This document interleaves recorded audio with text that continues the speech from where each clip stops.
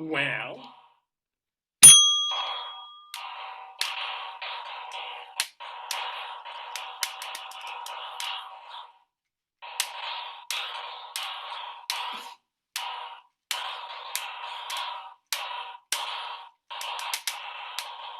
there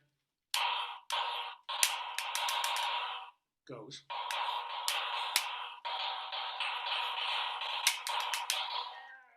The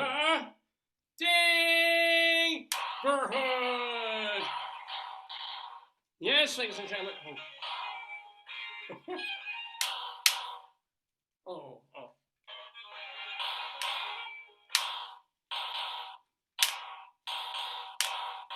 There goes the Daverhood, ladies and gentlemen. Welcome. May the... Stop it. Wait. How does this turn off? May the 4th be with you, ladies and gentlemen. Anyway, yes, it's May 4th, 2024, and you are here for the 942nd episode of the Dave's Gone By Facebookio Podcastio Programmio of the Stream with me, Dave Lefkowitz, my darling and adorable wife, Joyce, and who else? Oh, and Potato's here. Hold on. Gotta get Potato, of course. Good morning. Good morning, Potato. I don't know where Two Feet Potato. Oh, Two Feet Potato's up there. Careful with him because he still has his braces on. I'm a good boy. He said he was a good boy. Oh, he was a very good boy this week. He has cavities. Oh, he's got cavities. Cavities in his teeth. He wants implants, he told me. So Joyce has been helping him because we can't afford a dental plan. So Joyce. No. The potato dentist can't see him till 2026. I know, right? You want to explain the comical reference to that? No, or? A friend has a similar health plan, and they wrote on social media that they've been trying to get a dental appointment, and they finally found that their dentist does take their plan, but the next appointment's February 25. February of 2025. In other words, like 10 months from now. And honestly, because I want to talk about the dentist this week, because I went, I have to go back, but went to and this dentist was in like another practice, left that practice to buy into this other person who was retiring. Like I don't know how it goes. She had anticipated, I'm not going to mention names, but she had anticipated kind of taking over a practice of someone who has been in it for many years and retiring and all that. And it didn't work. It didn't happen. She was disappointed. Yeah, when I was talking to her, I thought it was because the hours were in, like some people are like earlier or later. I thought it was that. No, it had nothing to do. And this person was already just working a 4-day week, which is pretty fantastic. I didn't know that. No. There was something that she wouldn't talk about because it's not. She would not inherit, but wouldn't you have to purchase it? Yeah. You someone retired, you purchase the business, you kind of inherit it in a manner of speaking and pay for it, and then you take it over, right? So instead of the old way of Sanford and Sons or Baldwin and Sons pianos, it's like, this is not a relative. This is someone who's kind of brought up in the system, brought up in the company. I don't understand. If you're buying something, why do you have to work there first? Can't you just buy it? Good question. If they'll sell it to you. Okay. So I just don't know the internecine struggles. Maybe it was a financial. Could have been. It sounds like that. So she left, set up her own. Didn't even really set up her own shingle. She went in with this other dentist who then chose to leave. Oh my God. But this is fine. So now she's trying to make a go of the practice on her own. Okay, great. But don't you need at least two in case what happens if someone has like an emergency? Oh, well, our dentist in Colorado was one, right? She was one. What do you mean she was one? A Singalo. Yeah, right. You can, and if this is a dental emergency, please call. Yeah. Oh, yeah. And they have a list of other people, and probably a dental practice with 10 different dentists and DDS people roaming around. Like a clinic. Yeah. Like, patient care, your favorite. Yeah. So, so we had been her patients when she was at this other place, right? We're only talking about a year and a half ago, right? When we moved to Maryland and we needed a new dentist and stuff, and all new paperwork and all new x-rays. So we go there, we like her, she's very good. And then suddenly she leaves. Well, she said, like, cryptically, like, so you don't know this, but this is what haircutters do. Like, a haircutter in a salon will say, I'm thinking of leaving. And then they'll tell you, because they're not supposed to take clients, like some of them, but then they want you to go with them, so they kind of hint, like, oh, I'm leaving. So she said something like that, like, oh, I'm going to be leaving, or something, but that was all. And that's, she couldn't say more. No, you can't no. tell. So the thing is, eventually she left. Why can't you say more? Why can't you say I'm leaving because the plans didn't work out or something? Well, no, when she was still in the old office last time we talked to her. Why is that bad? I mean, it's the truth. She's not saying... What, are you going to run down your boss while you're still... No, she's just saying, like, I would say, like, I wanted to do this and it didn't work out. Like... That is what she kind of said. That's what she said. Now she's in her new... But she was still in the old building when we last saw her. She's not going to suddenly say, psst, the woman who's practicing in the other room... she's raping kids. No, she's whatever. She couldn't say. She could just say, something's happening. Yeah, I'm probably not going to be here. And of course, the secretary's not going to tell you on the phone. She's no longer here. Why is she no longer here? Did they say that though? She's no longer here. Did they tell you where she went when you called? Like, how did you find out where she was? Well, yeah, they gave out the information of where the new practice and the new phone number. Where's my phone? Their phone's right here. Oh, for pictures, thank you. They gave out the new info, but they're not going to say what happened. Yes, of course. Somebody leaves a company, well, there's a scandal. You're not going to even say that. They're just going to say, they're no longer working here. It's you don't badmouth. Who are we talking about? Who badmouthed something, and they were, the NPR guy. Tell me. We were talking about this like 2 weeks ago. I'm trying to remember. This guy who, and this was all over the news, who was a columnist and a reporter and a public person on National Public Radio. Yeah. But he was probably a little more center than the left wing that NPR has become and public radio is. And he wrote this big article in frustration. And I forget where it was published, but it was a major venue.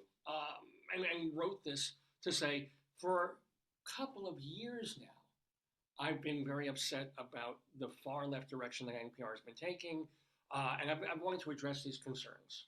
And it's not like I'm told no or I'm shouted down. It's just like they nod, they say, sure, let's have a meeting about it, and then the meeting never happens or it gets canceled.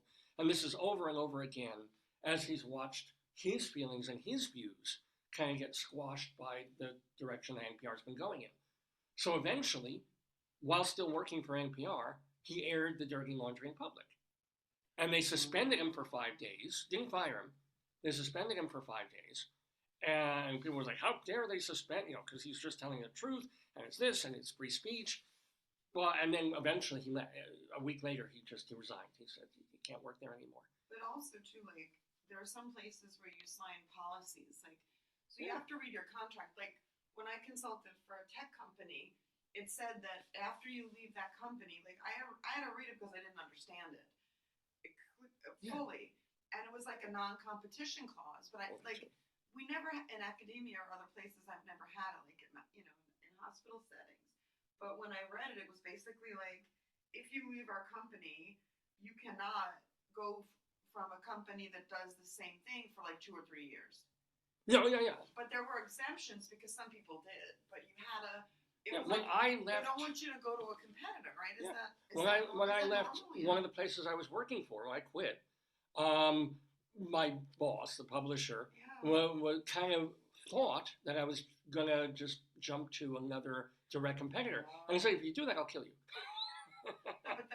He was kidding. No, but it probably was in your contract that it said if you can't. Maybe. Like you don't realize all those things, and I read it because I remember somebody left when I was there. There was a lot of turnover, and the person said, "I wanted to work for this company, but I'm going to work for that one." And I said, "Why?" And they said it's a non-compete clause, and I didn't know that. Like when I was a temp worker, they didn't care who you worked for, and then when I worked in healthcare, like I never had a practice. I was a project manager, like.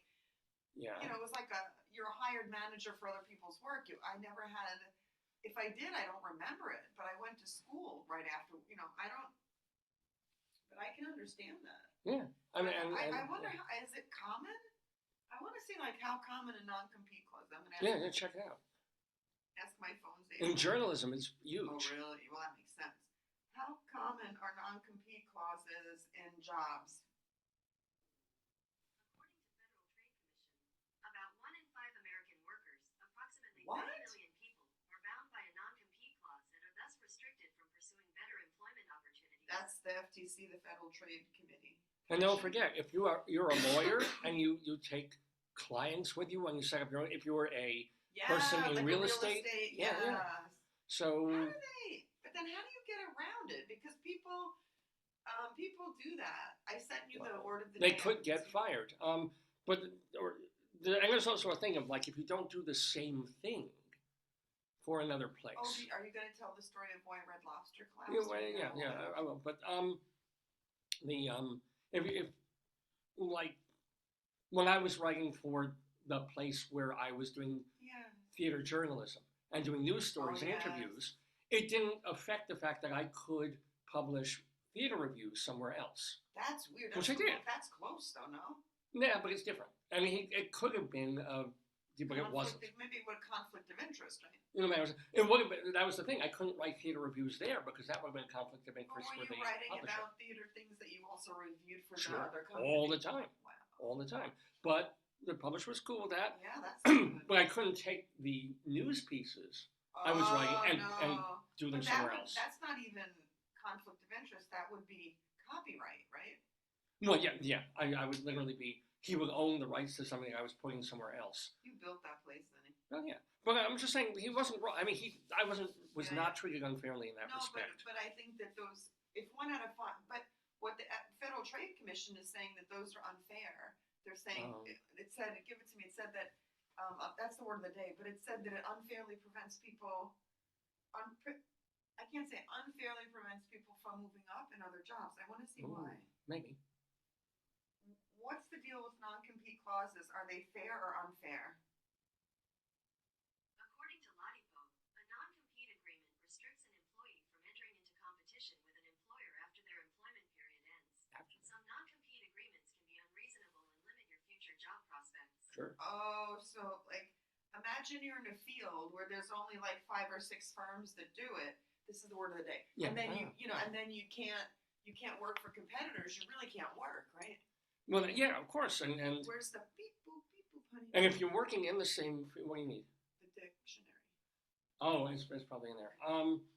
If you're working in the same field, even if there's more than a couple of competitors, so for a year, you're not allowed to leave and go to across the. You can't work at Stop and Shop and then move over to ShopRite. No, you can leave, but you just can't work for it. So you could leave and do something else.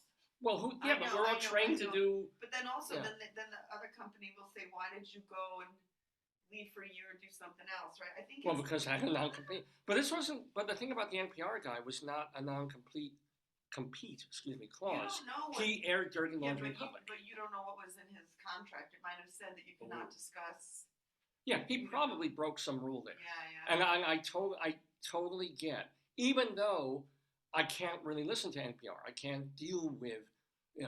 The one-sidedness and the left-sidedness of them and places like them anymore.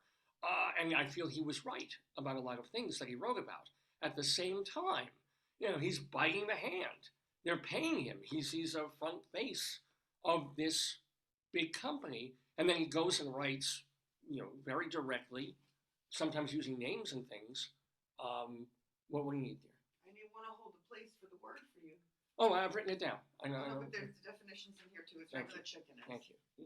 The chicken is holding the word. But I don't know. I think that's different. Like there might be something because I know some trade secrets from organizations from working there, and I'm also prohibited from giving them away. So there's certain things that it's like. This is our whatever, you have access to it, but it means you can't. If you work for Coca-Cola and you know the formula, nobody knows the formula. But and then you suddenly go to RC. The McMac, what's it, the Big Mac, the secret sauce of the McMac. And then you move over to Wendy's, and it's like, psst, we can make Big Macs. That's scary. If you have really that level of knowledge, or even any level. You don't. But again, I get both sides of this. Where you quit. Oh, you quit, and then you want to run down the old company. Feel free. Feel free. Yeah, but they do it on that those websites, Glassdoor and the other ones, right? You see a lot Anonymously. of that. What's the other one? Yeah, there's a couple like that. Not Indeed. Not Yelp, but I don't think it's Indeed, but it's like Glassdoor does it. It says like, if you want to work here. Yeah, of the employees that left, this is what they say. You know, like, so they do it. I'm sure they do, but they do it in a more. But they don't say, "Hey, I'm on the air right now," Yeah. you know, or listen to me tomorrow morning. And by the way, this company is going to shit. Here's why. Yeah. You can't. It'd be great if you could, and the ACLU might want to be stepping up and saying you should be able to. But the CEO of a company is going to read that, hear about it, and go, "You're fired." The man who developed that Bunion procedure might have issues with you. Have it? Why the lapidapadoo thing? Yeah, whatever it is, the here. What is it? Lapidectomy? That sounds about right. Because we do Bunion Watch as one of the segments on this program basically every week, we've been getting, because we looked up bunions on Joyce's computer, and now... What is the procedure that is as invasive for bunion repair? I'm going to give you the... Oh my God. They call it Pro-Step Miss. It's... No, that wasn't... They used the word on the commercial, because we see this commercial every time we watch something on CBS. It's lapiplasty. Lapiplasty, bunion correction. Why would he have a problem with me? Because I recommend against because it. You're pro bunion, and you're not like wanting to fix the bunion. You're celebrating the lumpy beauty of the bunion. The lumpy red sore beauty of the bunion. It's not sore. It feels nice. It looks raw. Like they look raw a lot. Yeah. And we made fun of this last week. We did of this commercial that says my feet were better and healed in weeks. Yes. And they literally say after it, weeks. And I'm like, it takes you weeks to heal from this? Like, you may reverse after you heal, and maybe weeks of healing. And it tells you all the scary stuff. I mean, they do tell you this about hernia. You know, I'm due for another hernia at some point, not too far in the future. I'm due, going back to the dentist thing, I'm due for a new bridge. This bridge has, by about 10 years, outlived its quote-unquote life. And so I'm like, all this is coming out, and probably screws and implants are going in. I could use a good screw, but still. Maybe we'll get you bionic teeth. Bionic teeth. And a bionic colon. Well, I use a bionic semicolon in my English class. There you go. And here, these are gonna be good. These are gonna be great. When I'm cold, it's like, oh. They look beautiful. I think they're upside down, honey. There you go. Oh dear. Let's try this again. Oh wow. Oh. It's that cold. Here, my jaw dropped. Give me your phone. I can make sure you're on the air. That's my Oh phone. yeah. Did you tell him about this is the May 4th? I'm gonna look it up. Well, we did go forth what do you call May the 4th be with you. It is the 4th of May. What is the meaning of May the 4th be with you? According to Wikipedia, fandom, May the 4th be with you was a phrase used to wish an individual or group good luck or goodwill. It expressed the speaker's wish that the force work in the favor of the addressee. Well, yeah, there you go. Cool. But what? Because me. Well, yeah, May the 4th be with you. That's a post Star Wars meme. Yeah. That's so cute. It's Star Wars Day. Makes sense. Yeah. All right. Let's see what else. Okay. Oh, George Lucas. Yeah. Well, yeah. Well, nice. No, it just says it's empowering to be have the force. Yeah. Yeah. I mean, I'm not a Star Wars fan. The first movie did nothing for me. I've watched one or two of the others. It just, I don't go there in my taste, but they're good. Look up bunions? What about them? Well, I've got the word of the day. I've got that queued and ready. Let me tell you what's going to be on this program. Let's going to tell you. I want to see your Facebook. That's what, because I can tell if you're up. Yeah. But then de-unload the Facebook so I don't lose Wi-Fi power on this thing. I hope I am streaming.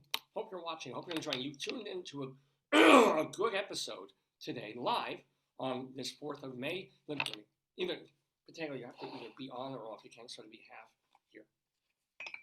Put Potato here. He'll be fine. There. Oh, Yeah, you know what kind of show how you're did watching. your dental stuff go? Potato wants to know. He said. Oh, thank you for He asking. wants to go because he's got cavities and Oh, he's got. he got the cavities, you Yeah, said. he said he wants to have a real braces, like a real potato. He knows that these are tinfoil. He found out that, there's no metal in them. He went through a metal detector and he was fine, so. Wait, tinfoil isn't metal? Not enough to trigger a metal detector. I do have a metal story from the dentist. Thank you for reminding me. This is what I wanted to talk about. What? When I went to the dentist, I'll tell you what's on the show in a little bit. Metal thing from the dentist. There, I'm on. Look at Yeah, look. Show Potato He's so himself. cute. Yeah, Potato, look, you're famous. You're a star. He Wow. wants to know if there's any available appointments before February. Oh, that's right. Did we ever finish that? Oh, I never got to that. So he does look adorable. Talking about, I know he's so cute.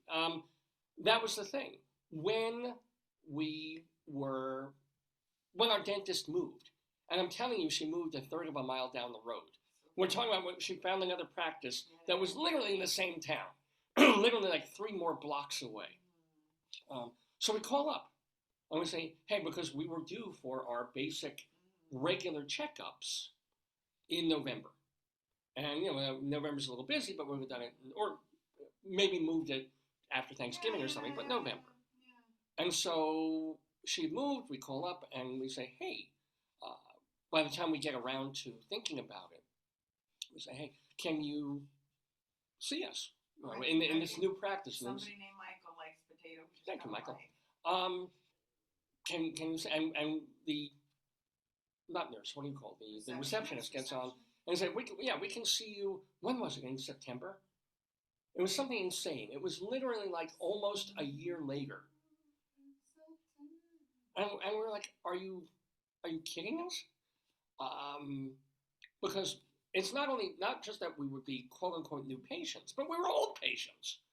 Yeah. We were scheduled with this dentist for something like 6 months from our previous for cleaning, a checkup. It's better than most. Well, I know that's what you're saying about but we were hurt.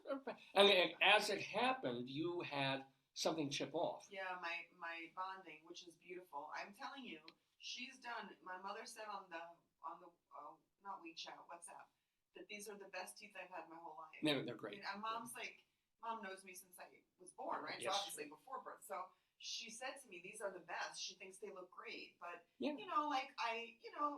you eat, I don't eat on my front teeth with like apples and stuff, but they still wear. Oh, so yeah. you still get, and it's like. It's bonding. It's not going to last. It's not the same as like a real tooth, So when you had that, you called up and said, look, I got a thing, I'm going to give it. And they brought her in a couple of days. If it's the front, if it's like a side or something, it's dangerous because you can get food in there. But in the front, it's also a visual cue. Yeah. But once you went in, you said, look, I'm here. She told me my gums looked healthy. Which is good. Yeah. Yeah, well, that's very important. You can hear a lot worse. Dentists they don't even care that much about teeth. There's like, do you have gum disease? Really? That's what they're really trying to. But what's the metal thing? So so finally, because Joyce was able to get in, not 8 months later, but there, she was like, well, now that I'm here, can you please schedule me for a proper cleaning? And my husband, who was due for a cleaning back in November, and then they did, and then that was very cool of them. So we just went. It was a girl when we went there. She was adorable. It was her first dental thing. She was really scared. I think she was going to get braces. Like it wasn't her first thing. It was her first big one. She was good. She did good. She was drawn on the chalkboard mint toothpaste. I was like, wow. Oh, I remember her. Yeah, That's so cute. Yeah. But I went back, excuse me, this week for a proper checkup and cleaning. Oh. Here, it's this Not this time. Well, actually, it wasn't the sound this time. This is dentist. Third row, second one down. Do you think I can see? There it is. You got it. Literally. I know. But so here. Oh, well, actually, I'll have it. So I'm Oh, I get in there, and she's looking me over, and of course they take X-rays again because it's a new practice, and so they're irradiating me to make me sterile in also, a year. it's a new year, so I think they have to. Yeah, every 2 years they actually say you gotta. That you shot like 2 years. What? Like everything changes so much. But yeah, whatever. That's the dental world. Honey. Yeah. So I'm in there, and it's also 4 months passed when I should have gone for my checkup. And I said, "Are you having any problems?" And I said, "Well, the only one is," and you're gonna love this. Oh no. So I like to buy cheap-ass discounted candy whenever we go to Marshalls or Kohl's or one of these places. Yeah. So post Easter, I got water. I just should be drinking it. You want seltzer? I'll give you some seltzer. No, I don't want to burp. I'm good. Okay, you tell me. And I buy these little chocolate eggs, which would normally cost like $5, and they were $2. I'm like, yes, I'm gonna buy the eggs. And they're very cute. They're colorful. You bought a lot of them. Oh no, I'm not talking about the Hershey ones. Oh, this was another one. The bunny ones, yeah. Yeah, those two, but there was one special different one that I was like, oh, let me try these. I don't know if they were lint or lint covered or. And I'm like, oh, this is really pretty. This is very cute, and it's got all these designs on it. I'm like, oh, this is really that they really went to town on this. So I pop it in my mouth, and I start chewing. I'm like, well, this is interesting. And then I'm like, You didn't unwrap it. Yeah, I didn't unwrap it. Yeah. I actually put a wrapped tin-foiled chocolate egg in my mouth, and I'm chewing it. Foodie. But the thing was, I got a 5 on the pain scale. I was like, oh my God. What the hell? And I was like, do I have a cavity? What the heck? What happened? So I'm spitting the thing out of my mouth. Oh my God. I'm scared because you're seeing metal come out. Well, no, I realized, I'm eating the wrapper. It's when I eat peanuts, sometimes I think, oh God, and there's a peanut and peanut butter. Oh yeah. A little crunchy shell. I'm like, oh, is that my tooth? I'm always scared. Oh yeah. But I didn't feel like something came off. I felt like, whoa, like in my hurty, like toothache pain. And so I was saying, and of course, me being me, and not wanting to waste food or chocolate, I look at it and say, oh, the wrapper's still on it. And I'm like, now I got to check whether it got a cavity or something. Yeah. So I take this mush, and I put it back in my mouth. Oh my God, no! You ate candy from the street and you did this. What are you? Well, no, I wasn't going to chew it anymore. Now I was just going to suck. Are you a dachshund? Are you a dachshund? You ate candy from the supermarket, the thing. Yeah. And then you did. I like chocolate. You swallowed the wrapper? No. No, what I did was I put it back in my mouth. I sucked all the chocolate off, and then I took the remaining wrapper out. And then I took another egg and I opened it and ate it properly, just a little chocolate egg. And I chewed on the side, and there's no problem. So I'm like, what the hell happened? Yeah, what was it? But I mean, I think it hit. There's some kind of nerve, there's some kind of thing. Yeah. And so I asked the dentist about this. She asked me, hey, while I'm back on the thing, have you had an issue? That's before she was the actual cleaning. Because that's what they do. The first thing is, do you have any sensitivity or do you have a problem? And I said, well, this is what happened. I ate this. No, it wasn't a Cadbury egg, but it was some kind of egg thing. Chocolate egg. And I ate it, I chewed it, I forgot to take the wrapper off. And when I did that, and I don't think the wrapper was so pointy that it pierced like my gum or something. This was not like really like a pointy tinfoil thing. It's just, wow. And I didn't see stars, but it was pretty painful. But I haven't had any problem with it since. Eating lunch, eating dinner, eating snacks, whatever, just that one time. Yeah. And she told me this is some kind of weird thing that happens to people. Happens to idiots who eat wrappers. Was that Michael looking at the potato? No, that's you after you ate the wrapper. That really was. Yeah. I didn't swallow the wrapper. Understand that. I did not swallow it. Listen, I put it back in my mouth and sucked on it. In Ireland, I ate tinfoil as part of a burrito. Yeah. So she said, this can happen. What's going on is you have a filling. You've got metal in there. Yeah. And when you have metal against metal, sometimes it creates some kind of weird, I don't know, she didn't say magnetic thing, but the moving of metal against metal creates some kind of weird pain circuit that goes right into your. I was like, oh, did not know that. Why don't they tell people that? Like, don't eat metal. They do tell you. Parents do tell children Don't eat when they're metal. 1 1/2. Like, Don't eat metal. Don't eat tinfoil. Yeah, don't. You don't want to eat that. Don't pick the rusty nail off the Or floor. don't eat, Reese's peanut butter cups from the floor of a supermarket. I didn't have a problem with that one. It was delicious. I wish I picked up 4 or 5 more. They were all in a batch. Someone's bag broke and they fell on the street and I ate one. It was yummy.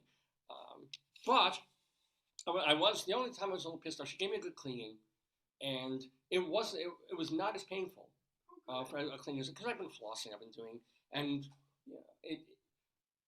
when I had seen her beforehand, it had been a while from the dentist and the cleaning was a little heavy.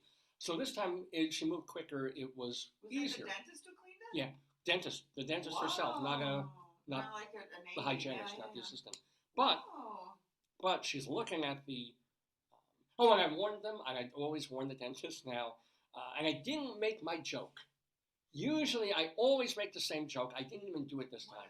Before they started, they have to do the X-rays. Yeah. And X-rays are just such a annoyance because they cut it. You hold these hard things in your mouth. They go into the flesh, and I'm so prone to canker sores. So, but I also warn them that when they do the bite wings and they do that sort of thing, I tell them I have a very, very what's the word? Very sensitive gag reflex. Yeah. It's like, I'm telling you, you cut in there, and I'm probably gonna, excuse me, I'm probably gonna gag. And I did gag once, and I warned, but otherwise, she's like, if really there's a problem, there's another way we can do that. I'm like, really? There is? Really? How about volunteering that information before you start? What's another way? Well, we can get to it. Because she was able to do, and this is a different one than they used to do. I remember he would have these little things, my old dentist, and then run back, and now it's this long holder thing, and they hold that in your mouth. And, When I went in Colorado to get my wisdom tooth done, he was an army guy, right? So that was like probably didn't need anesthesia, would have yanked out the tooth. He did something where they did the camera went around my whole mouth. Yes, they can do that. And took the whole picture. Yeah. How long ago was that? That was a long time ago. They can do it. She's telling me. But you have to have that that thing, and it was like a 360-degree view of the mouth. Yes. And then he showed me. I'm like half stoned because he gave me the anesthesia or whatever to pull my tooth.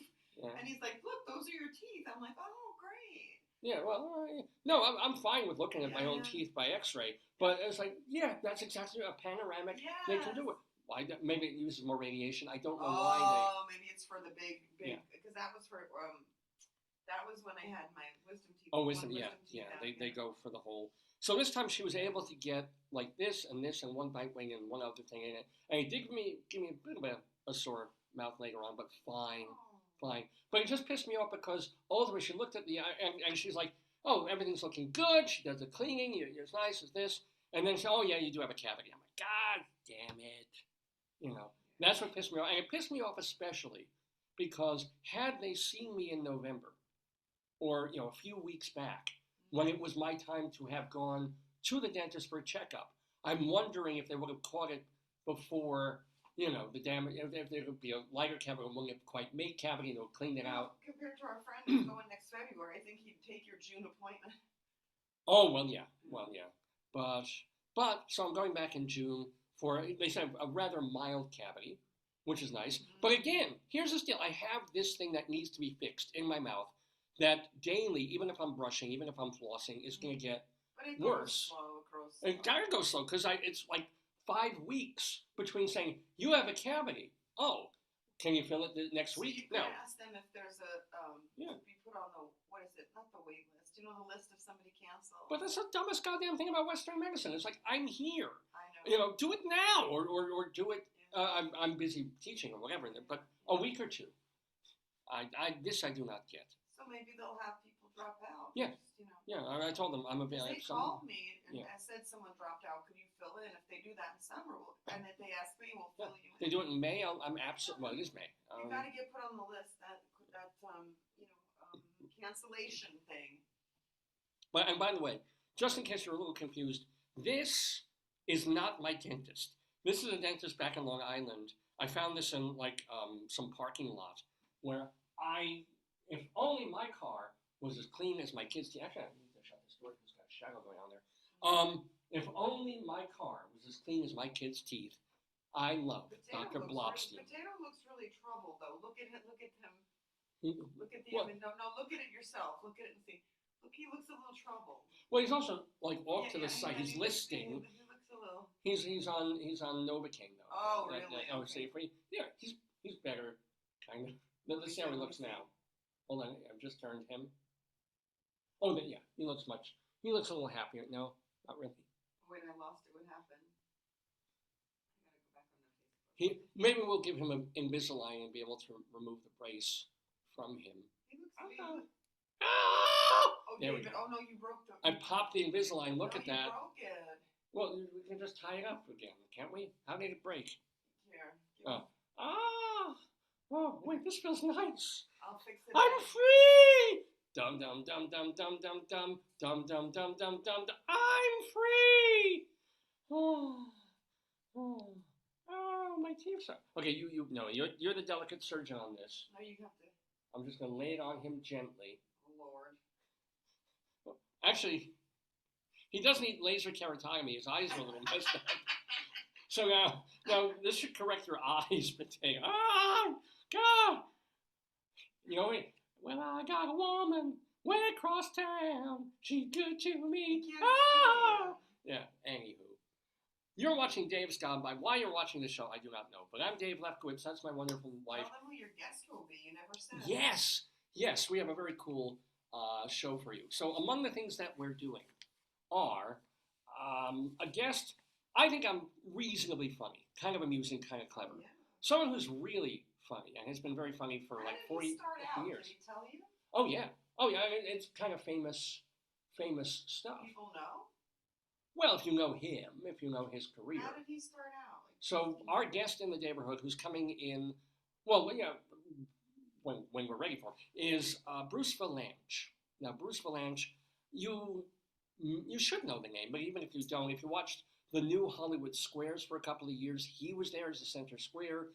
If you saw him on Broadway in Hairspray for a couple of years and then on tour in Hairspray, he was Edna Turnblad, the divine character and the Harvey Fierstein character. He was mainly, he's a comedy writer, a joke writer. And that he wrote for the Academy Awards for 25 years, God, really? giving jokes to everyone from Billy Crystal to David Letterman to Whoopi Goldberg, all the he wrote the jokes for the Oscars, man. And he wrote for tons of very well-known people, whether they were comedians or just musical people who needed good lines and funny jokes in their act. Sometimes he was credited, sometimes not. Sometimes you just get the check and you submit the comedy. But Bruce Vilanch, man, and he is in the Daverhood today. He's going to be talking to the one, the only, the Jewish Rabbi Sol Solomon, who is done with Passover finally and can get on to other things. But Rabbi Sol, and Bruce Vilanch, by the way, quite Jewish. And Rabbi Sol is thrilled with that, of course. So Bruce Vilanch and Rabbi Sol Solomon together. Has he ever been on the show before? It feels like No. He hasn't? He's been a friend on Facebook, but I've never had him. Was he at the You know what you're thinking of? When my play was done virtually on, I think it was the Red Bull Theater Company. Yes. He was one of the people viewing and kind of watching and. That's why. Yeah. Because I remember. Okay, yeah. Yeah, and he was very cool, and he was very complimentary about my play and stuff. No, I know, but that's the weird. I feel like we've had. Yeah. Okay. So that's what that makes yeah. sense. I was wondering how come I felt like he was on your show, but it was your play. Yeah. When a real comedy guy tells you your play is funny. Yeah, that's the jam. That's a nice thing. So he did, and so returning the favor. Well, no, he's just doing me another favor. He's going to be on this program today, shortly. Bruce Vilanch. Talking with Rabbi Sol also. At 10 o'clock, or what are you thinking? Well, it's recorded. Oh yeah. Okay. Yeah, we recorded it earlier in the week. So, and then also Rabbi Sol. Sometimes he's got blonde hair. How come sometimes he has had a beard? Is that real? His beard? Amazingly enough, yes. It looks like the guy. Remember we watched that show you liked, the one about the Kellogg and Oh yeah. Kellogg's versus he Post. looks like the Quaker guy with that beard. Oh, a little bit. Well, yeah. I mean, he's an interesting-looking fellow. I mean, that has also probably been part of his claim to Was fame that of being always an actor. his look? Yeah, He- was that always He's look? always had that. Oh God, what was his name? The Mason Reese sort of Oh, job. That's his No look. offense to him, but a Job of the Hut kind of physical. No offense. no, very hairy. Yeah. It's not the size of him; it's the amount of facial hair. He's got a lot of hair, like long hair. Well, yeah, beard. he uses. Yeah, he's yeah, got the yeah. hair. God bless him. That's fine. Now he's lost the beard. He still wears. I think they work for him. These very cool glasses a lot of the Yeah, time. like Sally just Raphael. Yes. Also AGUS. But yes, very excited to have Bruce Vilanch on the program, and he'll be talking about the Oscars, about how he got his start writing for Bette Is he Midler. still writing for them? He's not for the Oscars, no, but he'll pitch jokes. He's still out there doing. As a matter of fact, I can tell you now. He's going to mention it on the interview that his thing right now Yeah, what's he doing? is that he wrote the book for a musical that incorporates a ton of Dolly Parton songs in it. Jolene, Jolene, Jolene, Jolene. Yeah, and then 9 to 5 songs like that. Great Dolly Parton classics. But is it about Dolly Parton? It is Or- no. It's a fictional. Since it's a jukebox musical, it's a fictional. What does that mean to real? Oh, I'm sorry. It non-theater means he's come up with a completely different story, a fictional story that then you plug the Dolly Parton songs into. We've seen a dozen of It would be these. like the story of a young woman trying to make her way in Nashville, and then the songs are in. Oh, I get it. You got it. Oh, It can be as wow. crazy as that, or they did it with the Beach Boys badly, where they did a beach comedy musical on Broadway, and Oh. they've done good ones. Jersey Boys was a bio musical about Frankie Valli and the Four Seasons. Yeah. So it shoehorned the songs in well, and Carole King was beautiful, was really good. Oh. But then there's others that, there was a show called All Shook Up that I thought was very funny. What's it about? It was like 1950s, Comedy? total comedy, but it used all these Elvis hits. Oh, we have a friend who would Yeah. love that. So they call it a jukebox musical. Because it's really the songs are the main thing, not the plot, right? Right, but if you have a really good book writer, which All Shook Up did, I think it was Joe Then you have DiPietro, both. then you got both. Right. So what did he write for? Dolly Parton. But he said it's not about Dolly Parton. No. He said it's just about like a country theme, and Dolly Parton songs are there because she does country. Yeah, so it's a comedy musical with Dolly Parton songs, right? Is it Not too. Broadway, off Broadway? What? Well, right now it's going to be touring for the whole summer in different parts of the UK. So it's in Leicester and Why did they Leeds start and. it? Huh? Do they like country music so much in the UK? Why is it starting there? Well, Dolly Parton's a superstar, and No, I I guess know. I don't know why that Yeah. tour. Eventually, I'm sure they'll want to bring it. To the I think US. I think they toured it in small venues Here? in the United States first, then brought it to London, and then they're probably hoping to bring it back to the East But Coast who's here. the owner of it? He's just the writer. What just the right? He and another friend of the Daverhood, actually, Gabriel Barry, Yeah. who is directing it, Yeah. worked on it together. Barry is directing it, Who's and producing Dolly it? Parton gave her imprimatur. She's fine with Whoa, it. Yeah. Who's Yeah. producing it? Probably who's ever producing that tour. Oh, I don't know. It's called Here You Come Again. I don't know Oh, I who like the tour that. people are. Here I come. I would like it if it was Johnny Cash. They did a Johnny Cash musical on Broadway. They did Ring of Fire, and apparently, Yeah. and I saw it on Broadway. It was all right. What And was then it? they fixed it apparently, and it went better on tour. Oh. They've done friggin' Everybody. They did a John Lennon musical. They Oh, did wow. a Beatles musical. They did They're trying to hit what people like, yeah, right? from a certain generation. They did a Tupac musical Oh, that wow. ran for about 3 weeks. Wow. Because at least back then, Yeah. 70-year-old white people were not that interested in Tupac Shakur. That's interesting. Yeah, but they've also done. How much does it cost? Oh God, I don't know what it costs to Like billions? where. To do a musical, like the show, like No. Even a Broadway musical now, millions? and then the costs have gone astronomical, would run between a normal one between like 15 and 20 million. And that's with a large cast or normal cast, like small. A musical with a decent orchestra. It's not even the cast, the friggin' orchestra. How could you do? What's the cheapest you could do a musical for off Broadway?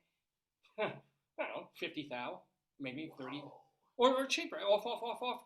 One piano, Yeah. couple of cast members. It's still gonna run you, 20, 30,000. You have to rent. Renting the place Yeah, is $3,000 to $5,000 a week. Wow. That's where the landlords make the money.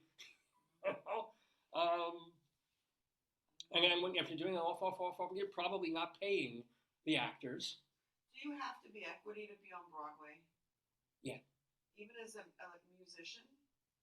Well, it's a different union. Musicians would be in the musicians union. Aren't they Teamsters? I think they are. So don't say anything about them, or you'll find me floating in the Potomac. I love the Teamsters. Who told me? Oh, so my Uber driver told me that he used to drive in Maryland for a UPS or FedEx. I know, not FedEx, UPS and another one. Yeah. And he said they were Teamsters. And I Really? thought they were. I thought Yeah. UPS was the government, but I guess it's separated. I don't know. Well, USPS is the government. I don't think UPS, or maybe they merged or some shit. Yeah. But no, I do like it. yeah, but it is ridiculously expensive to do a musical, and it's crazy. But I was out. I had a lovely woman. I should get her on the show. Lovely woman named Nella Wagman on my talk to my film class where I teach, and because she made a couple of short films. Oh. She ran a theater company for 30 years. She ran something called the Watermark Theater off Broadway, and sometimes off Broadway. And then she went to film school like 6 years ago. She was in her 50s or 60s. Awesome. Yeah. And since then, she's made 3 short films, including one that has won a couple of awards. Like independent films? Yeah. Well, done on someone with the auspices of CCNY.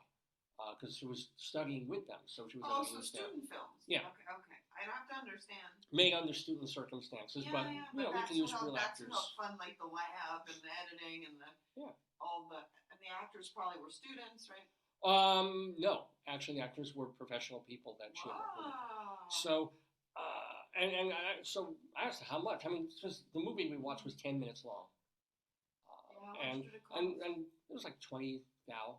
Where'd she get the money? Well, you raise it, you do this, you do that, and the school's kicking in something. Well, not kicking in, but you're using the equipment, and it's like it was a 10-minute film, and we're not running 16mm prints to develop a DuArt anymore and do this kind of. You're just shooting not a phone. You're using nice cameras, and then bringing them onto your Avid deck, and it's still it's nuts because you figure. Blair Witch Project, what?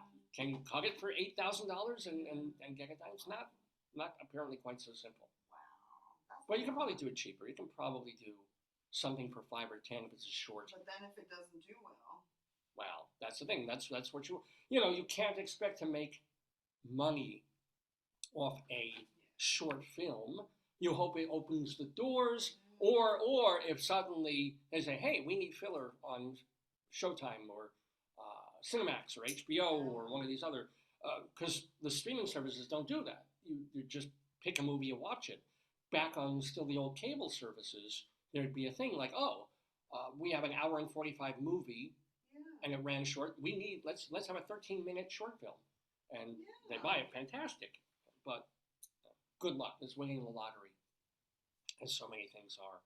But anyway, the cost of things, the price of things. Oh, totally. So if they were to bring the Dolly Parton musical, let's say, to off-Broadway, if it goes really well and stuff, because 9 to 5 did pretty well. Oh, really? Oh, so then, that's good. Which was that wasn't a jukebox musical. That was more of an adaptation of a movie. But, probably a couple mil. But how do you know? They test it with audiences? Is that how they... Well, you do it. You get it up in a workshop. Yeah. You do it in these little theaters around. Because, hey, there's a musical co-written by Bruce Vilanch of Dolly Parton songs, and it's been playing around in America now. Have you heard about it?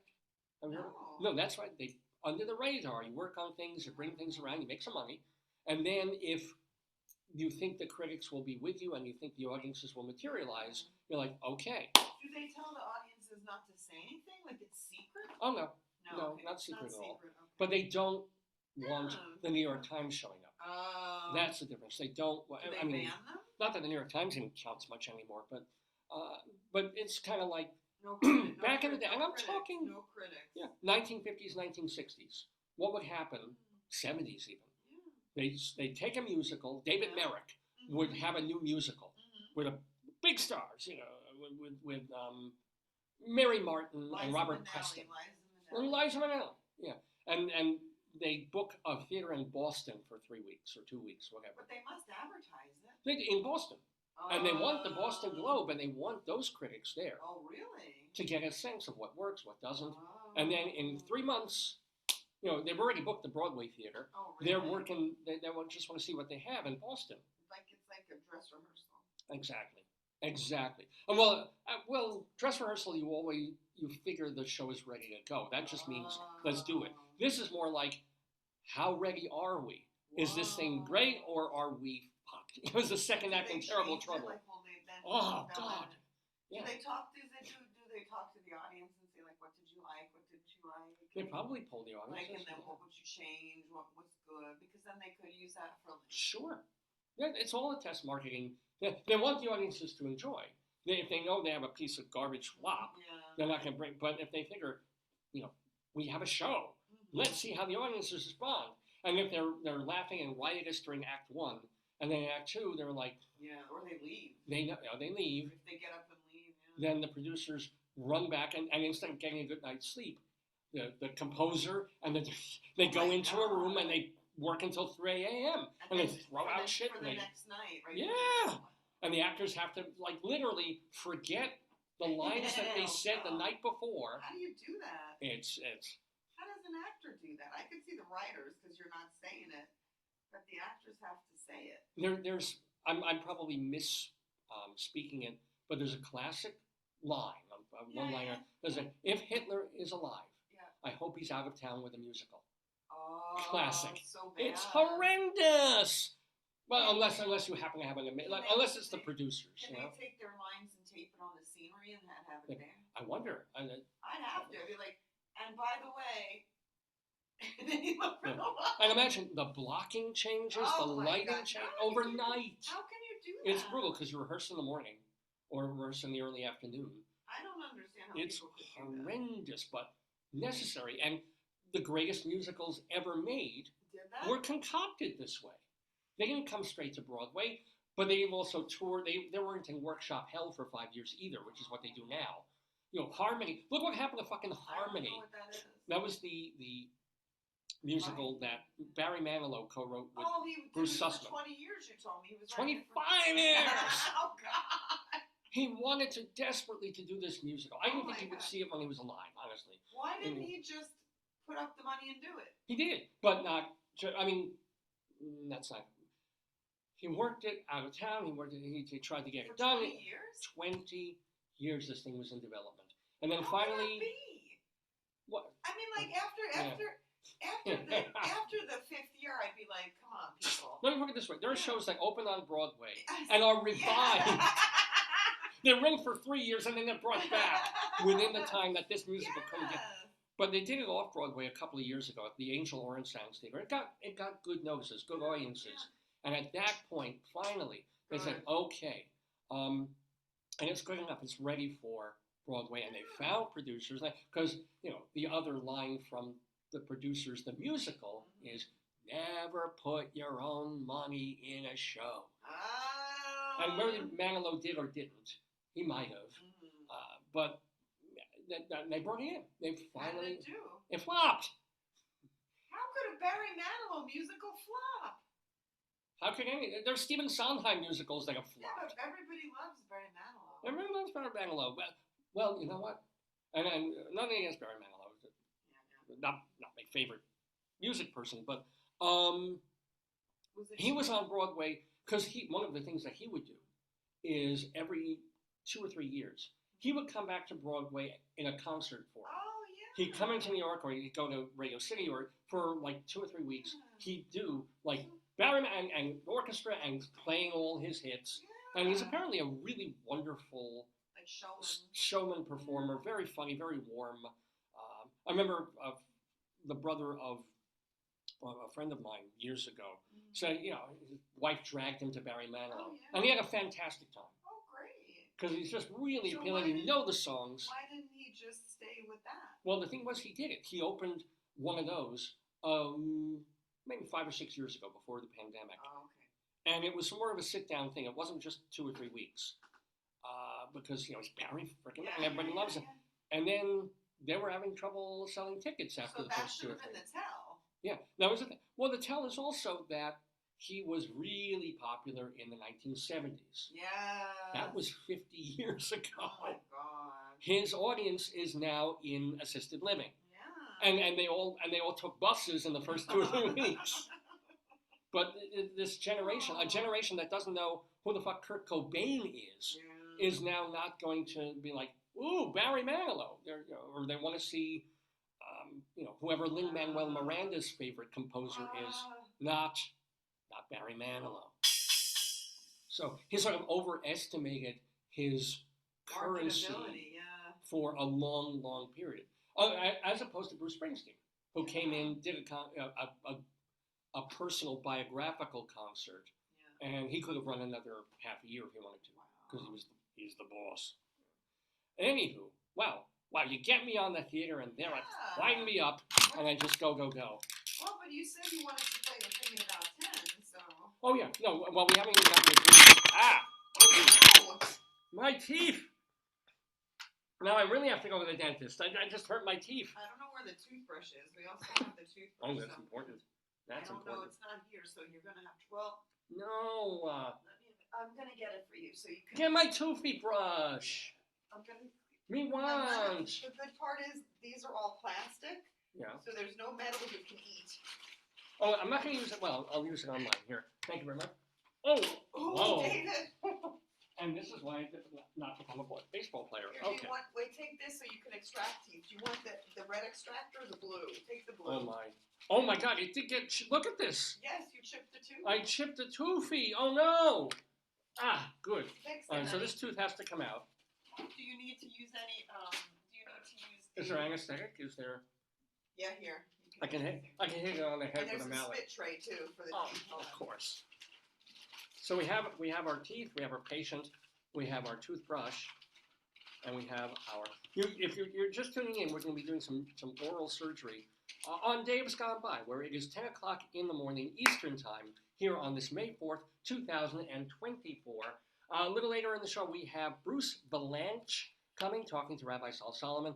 Rabbi Sol will also have his Rabbinical Reflection. It's a mini sermon where he will be talking about and complimenting the New York City Police Department. Plus, we will have Bunion. Yeah, we'll do a Bunion. We talked about Bunions. We have to do a Bunion Watch. And we will do Dave's Big Dick Shinari, where I'll tell you what the word. Oh, we haven't even done the word yet. Look, the word's in the chicken. The chicken's holding it. Thank you, Chicken, for holding the place. It actually is appropriate the chicken holds the word. For this word? Yeah. Let me see. What I wrote it. Oh, it was. Oh, yes, it is. Of course, it is. The word of the day that Merriam-Webster chooses. Oh wait, it's a they all random heard word. they heard the word is relative to them. I'm not left-handed. I'm doing It's this like pretty clowns well. in a clown car. Even. The word is agrarian. Agrarian. Okay? So, it's an adjective, you know what this is. Of or relating to land or its ownership, such as agrarian reforms, of or relating to, and this is the one we know more, of or relating to farmers or farming interests. Agrarian. Marian, the agrarian. So, I will have to talk extemporaneously about something involving whatever agrarian puts into my head. That will be what we call Dave's Big Dick. Did you fix your Shinari. teeth? No, I'm just telling people what's on the show. And then our Colorado Limerick of the Damned, which is a poem about a place in Colorado. And this week we go to Acres Green. Ooh, Acres. sounds beautiful.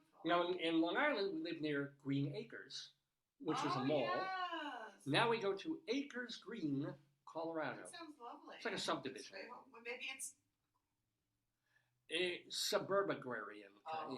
Yeah. Suburbarian. Well, we don't know. It Well, could it's be. part of the Denver Metro. Oh, But okay. not particularly farm-ish No. there. But I must have farmers market. So let's stretch the chicken as we get to a little bit of dental surgery. Oh no. I mean, I've still got some good energy, so maybe we'll do Greeley Times. Whatever you want, you tell me. Oh, that's the one thing they don't? Oh, the drill sound. Oh, sorry, yeah. It's the little white thing in. Okay, let me see the tooth that you chipped. I didn't see it. I think that, I don't know if I chipped this or if it's just like a weird manufacturing glitch.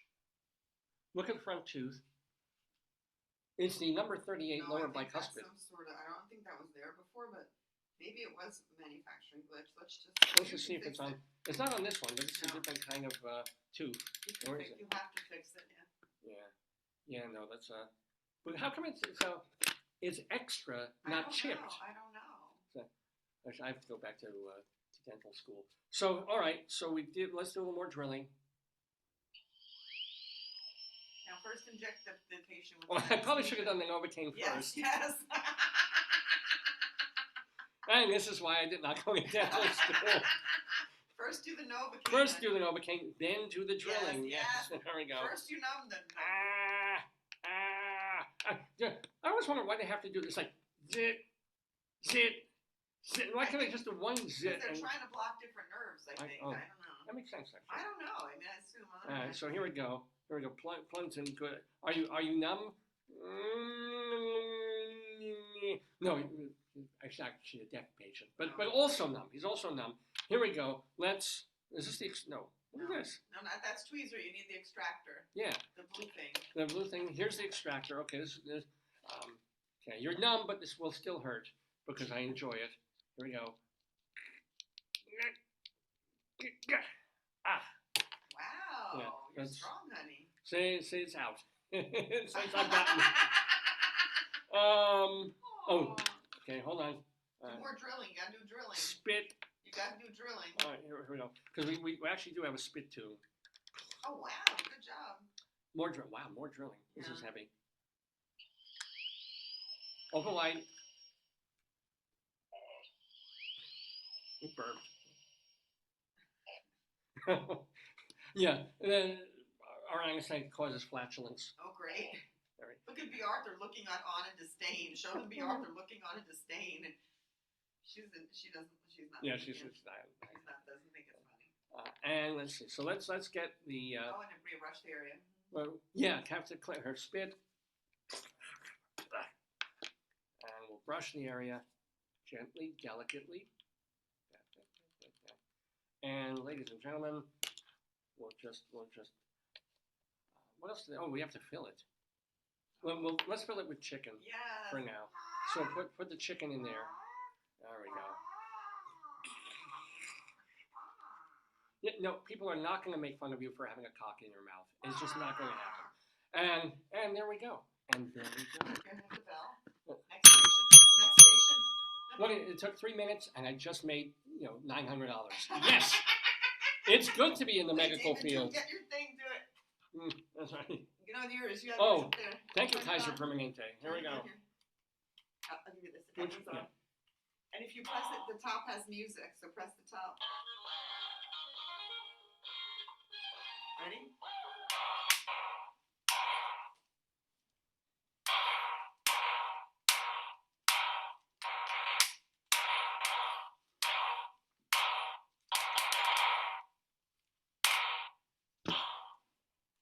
How did you turn the thing on off? The bottom right here. See, it goes off like that. Oh, that thing? Yeah. Wait, that thing? Yeah. There we go. You got it. All righty. Are you going to do Greeley Crimes and Old Times? Yeah, let's do it now, because I've got, like, the oomph. Okay. And then we'll have Bruce Vilanch come in, and then our Bunion Watch, our Word of the Day, Greeley Times, I'm doing Greeley Times now, and our Colorado Limerick, and our friends in the Daverhood.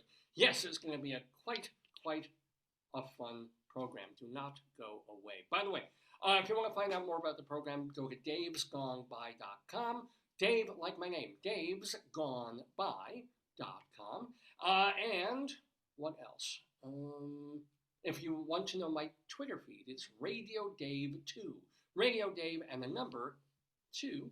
Plus, we keep our archives at davesgoneby.com. Oh, David Levine is watching. Hey, cousin David. Yeah, Say hi to David. He Facebook messaged me the other day. He loved when we were in Italy and it said paninis. That was quite beautiful. I love that too. David, our archives. So from our very first episode of the program all the way to last week, davesgoneby.com is where you can watch them. Wish your cousin May the 4th be with him. May the 4th be with you, Cousin David. Yes. And also, we have a channel on archive.org, archive.org. It's the same material, it's the same interviews, it's the same full episodes of the show, just on a different platform. So if my website ever goes down, you have still there. You can still watch everything by going to archive.org. There's also this wonderful website, not-for-profit, that collects art and entertainment and literature from the past 8,000 years, as long as it's public domain or they have permission, and you can watch and see it there. So it's kind of great. And then if you just want to hear the archives audio of the show, you can go to castbox.fm, castbox.fm, and that is the place. So, if you are in the dentist's office and you can't actually watch the show, but you want to hear me distracting you from being in intense physical and emotional pain by having more intense physical and emotional pain from watching the program, just castbox.fm, it downloads as a podcast, which is kind of neat. Anyway, we have already. That is the signal that our next segment is one that we've been doing for years now, because Joyce and I lived in Colorado. And while we were there, the newspaper in northern Colorado, we lived in Greeley, it's called the Greeley Tribune. It's an actual newspaper. It still comes out hard copy a couple of times a week, and it's 24/7 on the interwebs. But the thing about the Greeley Tribune is they have a sense of humor there, and part of that is that they do every week a column called Cop Log.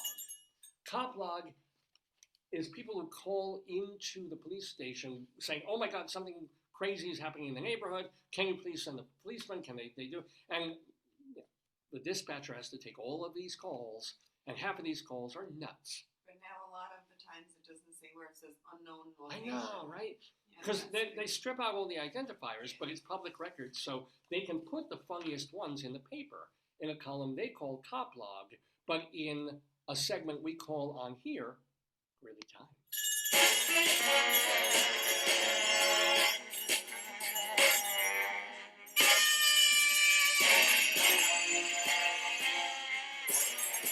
Yeah, baby, Greeley Times here. So I gotta get the phone. The phone is ringing in my ear. Let's pull the shit. Okay, I got the tooth phone. Okay. Here we It's go. the metal. That's right. Oh, all right, but you can't lie. You have to tell the truth. Here we go. Tell the truth. Thank you very much. A caller. I'm gonna need my glasses for this. A caller at a restaurant on 25th Street. So this has a location. Oh, wow. Said a woman came into the lobby, didn't order anything, and started taking her clothes off. In a restaurant? Yes. So in the lobby, taking their clothes off. That's a bad bachelor, bachelorette, some sort of party, Yeah. right? A hen party. I've already sent the restaurant my resume. Was it you? Well, no. Do I look like a woman? No, I couldn't pass for that. But if a naked woman wants to come into my restaurant, I'm like, yes. 25th, I can't think of what that was. I guess we'd serve everything a la tarte. A la tarte. All right. Fine. Another call came in. Oh, a caller on 22nd Street Road. Oh, they're all in the same area. Said that. That can't be good.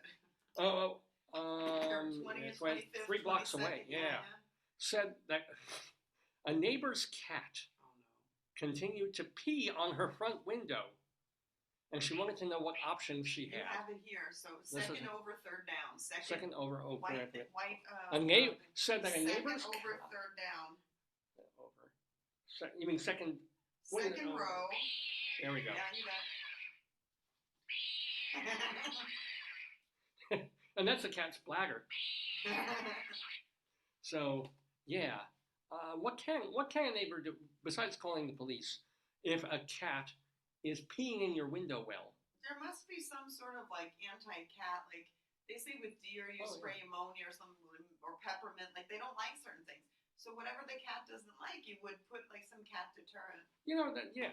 I would imagine it's because you don't want to poison it, but you also No. don't want. But something Cat that it pee. smells it doesn't like, it's like, Yeah. eek, I wonder. Yeah, you look up a plant or something like that. Maybe Makes even sense. the smell of dog smell.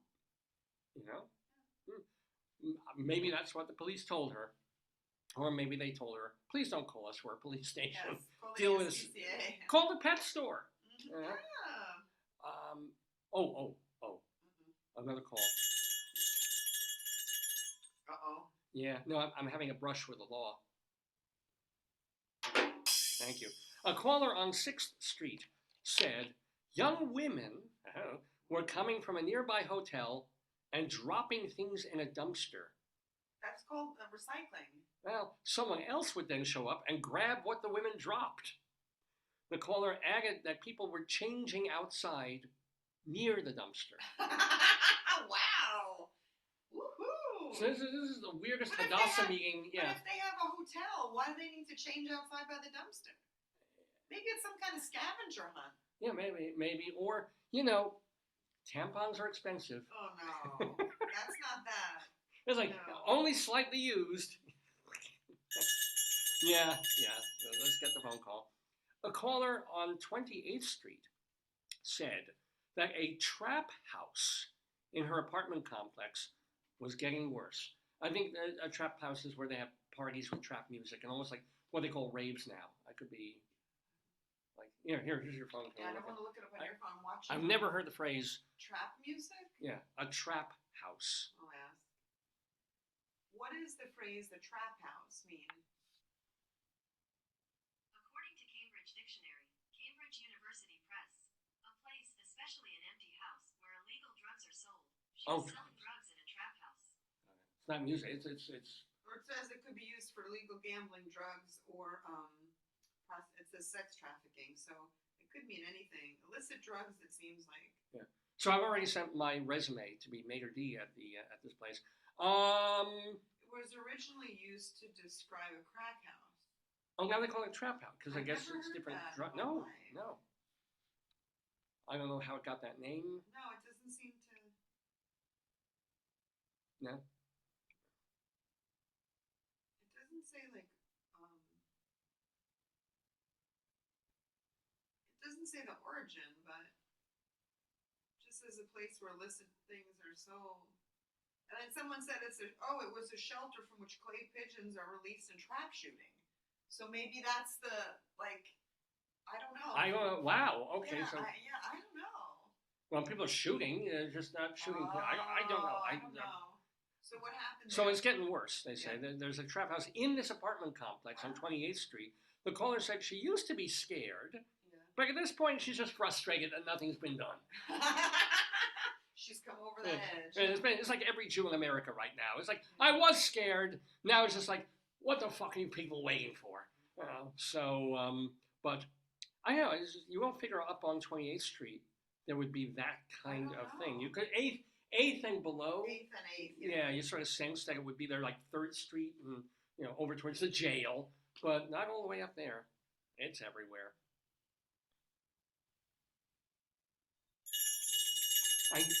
I can sense these things. I can. We're using your toothbrush one. Oh, what's Well, that? yeah, okay, hold on. Be careful, man. That's a needle. Oh, I'll use the other side. Yes. Yes, yeah. I'll just take a shot on this one.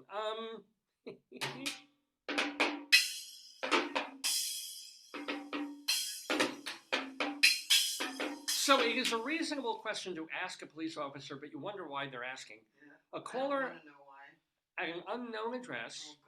Oh God. They wanted to know if, she wanted to know if she could gift a handgun to a family member who just turned 18. Well, you really can't probably. You think? You'd have to transfer ownership and have all sorts of stuff. Well, yeah, maybe that's what the cops tell You her. could probably do it with a shotgun, but a handgun is different. I know, right? Yeah. And I think it's weird that 18 you can't drink, but hey, have a handgun. After the party, maybe. Yeah, after the trap thing, yeah. When they stumble out, here you go. You might need this coming home. Now, hon, this next item is just barely missing, but is not an 8th and 8th. Okay. It is an 8th and 9th. Whoa. Yes. We never had that before. A caller on 8th Avenue and 9th Street said she was released from jail the night before. Oh no, and she took her clothes off in a restaurant? Is that? Well, here's the deal. She got out of jail, and her mugshot was still online. Where do police post mugshots? What do they do? Immediately people are arrested and the mugshot is like on. I don't know. She said people were sending it around and she was embarrassed. Yeah. I would be too, but where is it? Where? Even these idiots were getting arrested at the colleges. It's not like their mugshots are all, maybe they are. I don't know. So, anyway, let's do an elsewhere. Now this is where we go away from Colorado, and we have a zany, crazy news story from somewhere else in the world, anywhere else in the world. However, this time we go to New York City, and you're going to love this. You're going to think you're not going to love this, but you're going to love this. Oh, God. I just got one about a nurse who intentionally gave people insulin. She tried to kill 3 patients. Oh. Where was she? Hershey's? Where's Butler Cadbury? County? Butler what? County. I don't know. Well, it must be Maryland. I don't know. So she injected people with is that an automatic death sentence? Pennsylvania. Yeah. Oh. Life in prison. Wow. Oh my God. She tried to kill additional 19 people. Whoa, dude. But she killed how many? 3, you said. Yeah. 3 counts of murder. Yeah. 19 counts of criminal attempt to commit murder. Good God. You wouldn't figure insulin would be the method, but I wow. Huh. But she got life imprisonment, which, let's face it, is sweet. Oh, she got so many years, though. Of course she got so many. She killed 3 people and tried to kill 19 more. That's like, it's like, had Bin Laden been captured instead of killed, it would have been like, Bin, even if we gave you 1 year for all the 3,000 people who died on 9/11, even with good behavior, you're still looking at 2,400 years. What is that? The number one? Ooh. All right, but I have an elsewhere. So elsewhere is, sorry about picking my nose here on the camera. Elsewhere is another story. It's a weird story. It's just not from Colorado. And this one is reported by the New York Post and happened in New York. As a matter of fact, happened at my alma mater, New York University. Now, this has not been a nice time for New York University students, particularly ones who cover themselves in identity-shielding balaclavas. However, hundreds of astounded onlookers gathered in Manhattan's Union Square Park last Saturday, a week ago, to watch an anonymous 22-year-old NYU graduate in an orange mask devour an entire jar of cheese balls. Oh. You know what? You know those giant. I think you would get sick. Quote. Wouldn't that kill you? No, it won't kill you. I mean, eventually it's going to give you more insulin than the diabetes girl. But quote, there was a moment, the fellow told ABC News, that I was definitely going to throw up. But then people said, keep it down, really loudly, so I just kept it in. It's so great. It's like the encouragement not to puke. Maybe they should do that at Nathan's, too. Right, keep it down, keep it. You tell me sometimes when I'm having the heat to inhale through my nose. Well, I almost passed out once at a blood draw, and they hit an artery, it was bad. Oh, okay. And so my mother came in, and she's like, get the smelling salts, because she's a nurse, and of course they don't have it. And I said, I'm fainting, I'm going to pass out. And my mother looked at me and said, you will not pass out. Smart. You're fine. And she held my hand. Hold on your hand, yeah. I was like, woo! And then somebody got something that, like ammonia from the cleaning closet, and it but she's like, you will not pass out, you're fine. And I was like, I don't think so. But it helped. Good, yeah. Sometimes the hearing, you. don't, stay with us. Yeah. Stay. Well, I guess, it seems pointless and silly. But like on those TV shows when the doctors are trying to revive somebody who's dying and they're like, stay with me, don't go to sleep, don't go towards the light, go towards the whole light, the dim light. But there's more about this story. There's more about this man. This anonymous man, the balaclava is the thing where it only shows the eyes and the weird mask. It all began when posters, he put up flyers and posters around the area started showing up in downtown New York. The poster read, quote, "Watch me eat this entire jar of cheese balls." And they have a photo of the man in the ski mask holding a giant jar of the snack. Yeah. Curious onlookers multiplied, and people came together to shout, "Cheese ball man!" and "Eat those cheese balls!" to cheer him up. That's beautiful. Okay, not the Well, cleverest. you had here, show what you had. I didn't have a jar of cheese, but I don't even like You cheese had balls. your own thing here. What, my ribeye? No, not your ribeye. Hold on. What did I eat? Oh! I should have held these differently. We were in the supermarket. I think this was Growl's, maybe. Mom's. It was Mom's. Mom's, yeah. And they have, You can make it bigger. no, Here, I I'll- touched it the wrong Give way. it It to went me. all. Oh, wait, no, here it is. Just It's here. go like this. Like,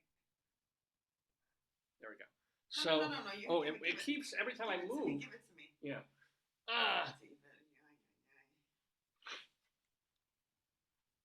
So unfortunately, my fingers are covering some of the best parts of this. What did you do? You're trying to edit it. Hold on. What did you do?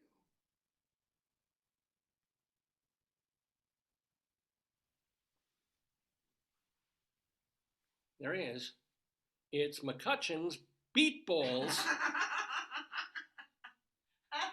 McCutcheon's, and they also, I'm holding in my other hand, these spicy beet yes, balls. So if you've ever held spicy balls in your hand, this is what it's like. I mean, the thing is, they look like testes. They look at these things. They literally. It looks to me like something from bio class, but I would eat them. I mean, Oh, I I'd wonder eat if are they cooked? Let me see. If they're cooked, you could put them on a salad. I think they'd be pickled. Oh, are they pickled? Which is kind of a cooking, like put them in brine. Oh, sweet pickled. Yeah, they're pickled, honey. Yeah, pickled balls, I'm gonna look it up. McCutcheon's. which can't be beat. McCutcheon's beet balls. McCutcheon's beet balls. Here we go. Oh, the Maryland store has them. Apparently they're very good. Oh, McCutcheon is the baseball player. Andrew McCutcheon. Name rings a bell.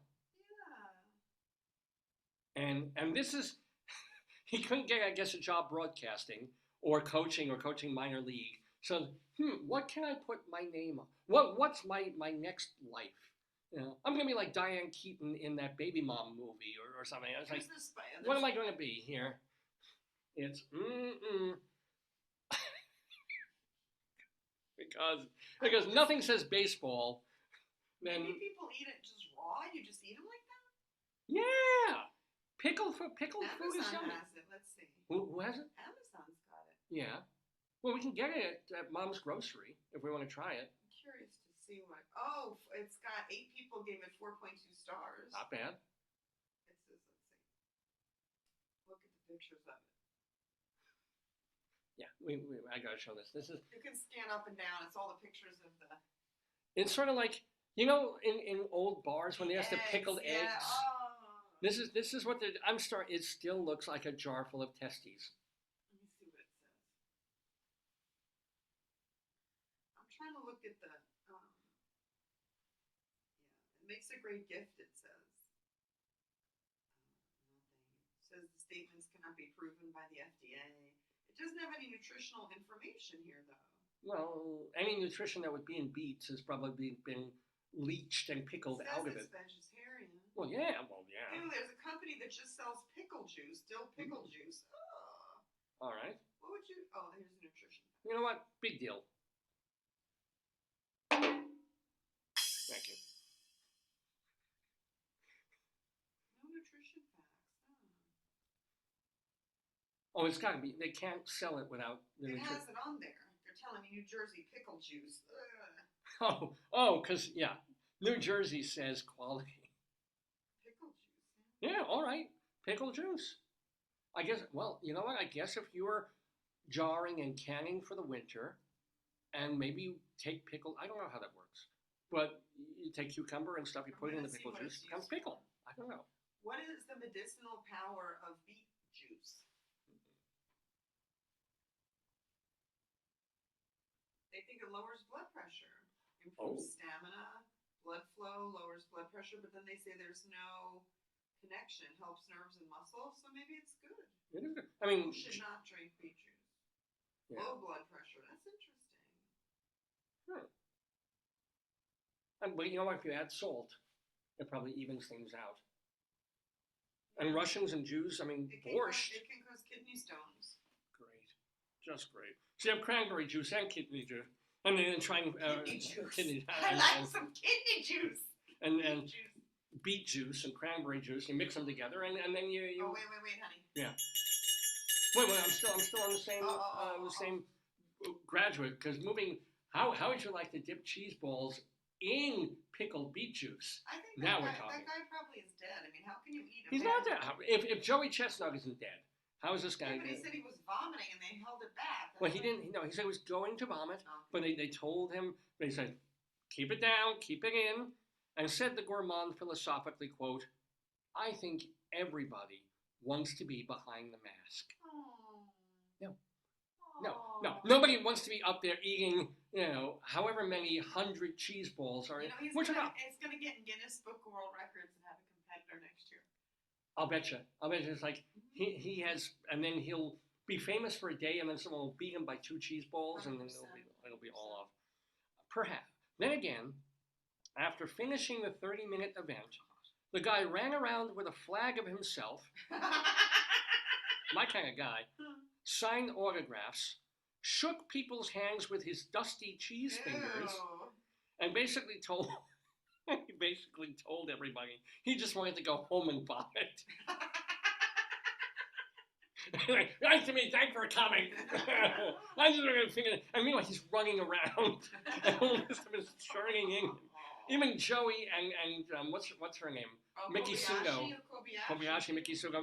They're not like running like a mile afterwards. They don't move, yeah. He did tell ABC TV or ABC News he anticipates tackling another event next year with an even bigger cheese ball tub. Wow, he's gonna go to Costco.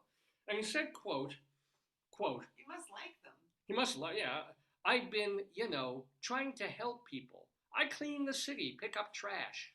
What does that have to do with Apropos, the man's mad. What does that have to do with the flag of yourself and cheese balls? Nothing whatsoever. I mean, maybe he's a garbage person, but still, of course, social media responded to this phenomenon with comments ranging from quote, "Eat those balls," to what's his name, Cheese Ball Man? Yeah, he's anonymous. He's still anonymous. Yeah. Anonymous Cheese Ball Man. Oh yeah, here, honey. Yes. Yep. Oh, so you handed it to me. Oh, it's video. Hold on. Oh no. The volume's not on that. That's fine.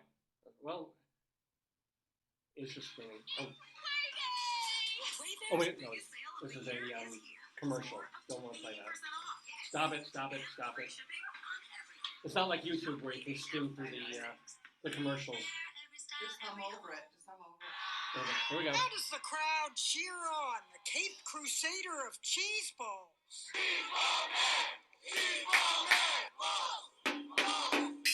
They're just chanting balls, Man's goal to eat 700 balls in just under 30 minutes, washing them down with water. In front of a crowd of hundreds of spectators in New York's Union Square Park. Why cheese balls? I had one and I was like, this food is quite fantastic. But this was not so much a food-eating challenge as it was the creation of an absurd and anonymous superhero with cheesy hands. I better stop this in case I'm going to get, this is CNN's content here. But, yeah. He's lovely. I mean, he's, the only thing is because nobody knows who he is, that's an easy look to emulate. Anybody could be the cheese ball. Exactly. So it's like, remember early Batman when Batman was afraid that there'd be more copycats or like copycats there could be. But it's like that Guy Fawkes mask. Everybody is being prevented. Guy Fawkes. I never creepy. Oh, probably Guy Fawkes. Yeah. Save a penny for the old guy. Right. Guy Fawkes is dead. Yeah, but people put on the mask, and everybody represents anarchy, and everybody represents. Oh, like Anonymous, you're yeah. saying? Yeah. That's interesting. So he represents gorging on cheese balls until you want to vomit. Oh, wow. I can get behind that. Yeah. He is a living legend and hero. Mm-hmm. And by the way, one of the other social media people said, and they say my city doesn't have any culture. Actually, nobody says that about, whatever you say about New York, that's not something you say about New York. But another person said, quote, he's a local hero. We expect statues to be created in his honor, or in his honor, carved no doubt by a cheese whiz. Okay. Some person also tweeted, because I guess they weren't that busy, thank you for doing this on my wedding day. Exclamation point. Yeah, but if they touch her hands and she's wearing a white dress, it's going to be messy because that stuff it's like an Oreo powder. It never comes off. Oh, I know. Right? It's very sticky. And said one Instagram user, quote, not the hero we deserved, but the hero we needed. Whoa. And I've got to say, at least everyone had a good time. Don't be so cheesy.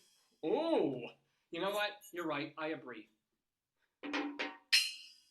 Don't get yourself so puffed up. Why? I'm feeling blue. Yeah, go ahead. Try and make a mozzarella thing. Good luck with that. And why don't you give me some cheddar? I'm just tired of the daily rind. David, don't be so Kurdish. All right. Working on it. No, stop. This is more than I can camembert. Thank you, ladies and gentlemen. So, let's do one or two more Greeley Times, and then, like, it's 10:30 already. We have our interview. We've got so let's do some stuff. Or, well, let me get to one more thing from Greeley. We're doing Greeley Times here. This is, speaking of all this stuff, we have a caller at a hospital who said a patient told her that a woman had tried to kill him, but it's okay. He had chopped her up. Oh. So they didn't need to worry about her anymore. Well, that's fair. I mean, he's trying to tell them they're not in danger, but he basically said he's a murderer. Yeah, essentially. He said, well, she came after me, and not just I killed her, but I chopped her up. Police spoke with a man who admitted that he didn't kill anyone. He was just trying to scare the caller. Yeah, but you can't say something like that. That's on the heavy side. That's creepy. Yeah. So, ladies and gentlemen, that is Greeley Crimes. Wait. Whoa. Are you getting out your chopping list? No, I'm getting out my May the 4th be with you day. That's right. Here we go. Turn it on. I'm going to do your little switch. Oh, I got to play the Horace Greeley song, though. I got to play switch. I turned it on. Yeah. Here we go.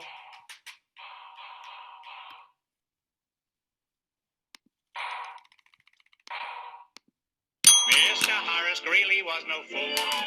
I'm sure that you'll agree with me that Greeley was no fool. What he is getting at is that Mr. Greeley was a fool. Yippee-yi, yippee-yi, yippee-yi, yi-yi, yippee-yi, yippee-yi, yippee-yi.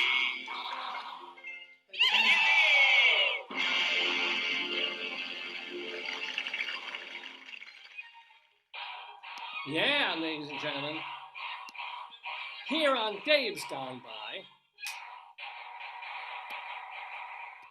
Alrighty. So, we still have Dave's Big Dictionary to do later, where I'm going to be talking about the word agrarian. Yeah, you're into it. We'll have our friends in the Daverhood, our Colorado Limerick. I'll show you my bunions real quick. Why don't you put on Bruce Vilanch? Yeah, but before all that, we have a very, very special guest in the Daverhood, someone who has been writing comedy for really since the 1970s. He's been at this a very long time in a pretty strongly well-known way. For example, I mean, he wanted to be a playwright, didn't really happen, but then was friends with Bette Midler, started giving her jokes to do as part of her act. They became friends. Her act got, of course, bigger and world famous, and then tons of television called. So he's the author of one autobiography. He's working for another one that he's going to tell us about, and he also wrote jokes for the Oscars for 25 years. He was off Broadway in a solo show about his life. He was on Broadway in Hairspray. I mean, Rabbi Sol Solomon, who was conducting the interview, he'll give you the lowdown on Bruce Vilanch. Yes, the one and only Bruce Vilanch here in the Daverhood being interviewed by Rabbi Sol Solomon. So let me just share my screen.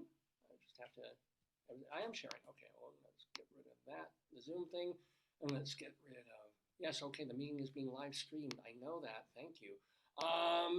Let's get that, Jeepers, creepers. It's not up yet. No, I know, I'm literally have to put all these things, and hey, these are shows that are eligible for the Drama Desk Award. Let's get No, that. all you have to do is get the video up on top of them. Yeah, I have to find this, so here we go.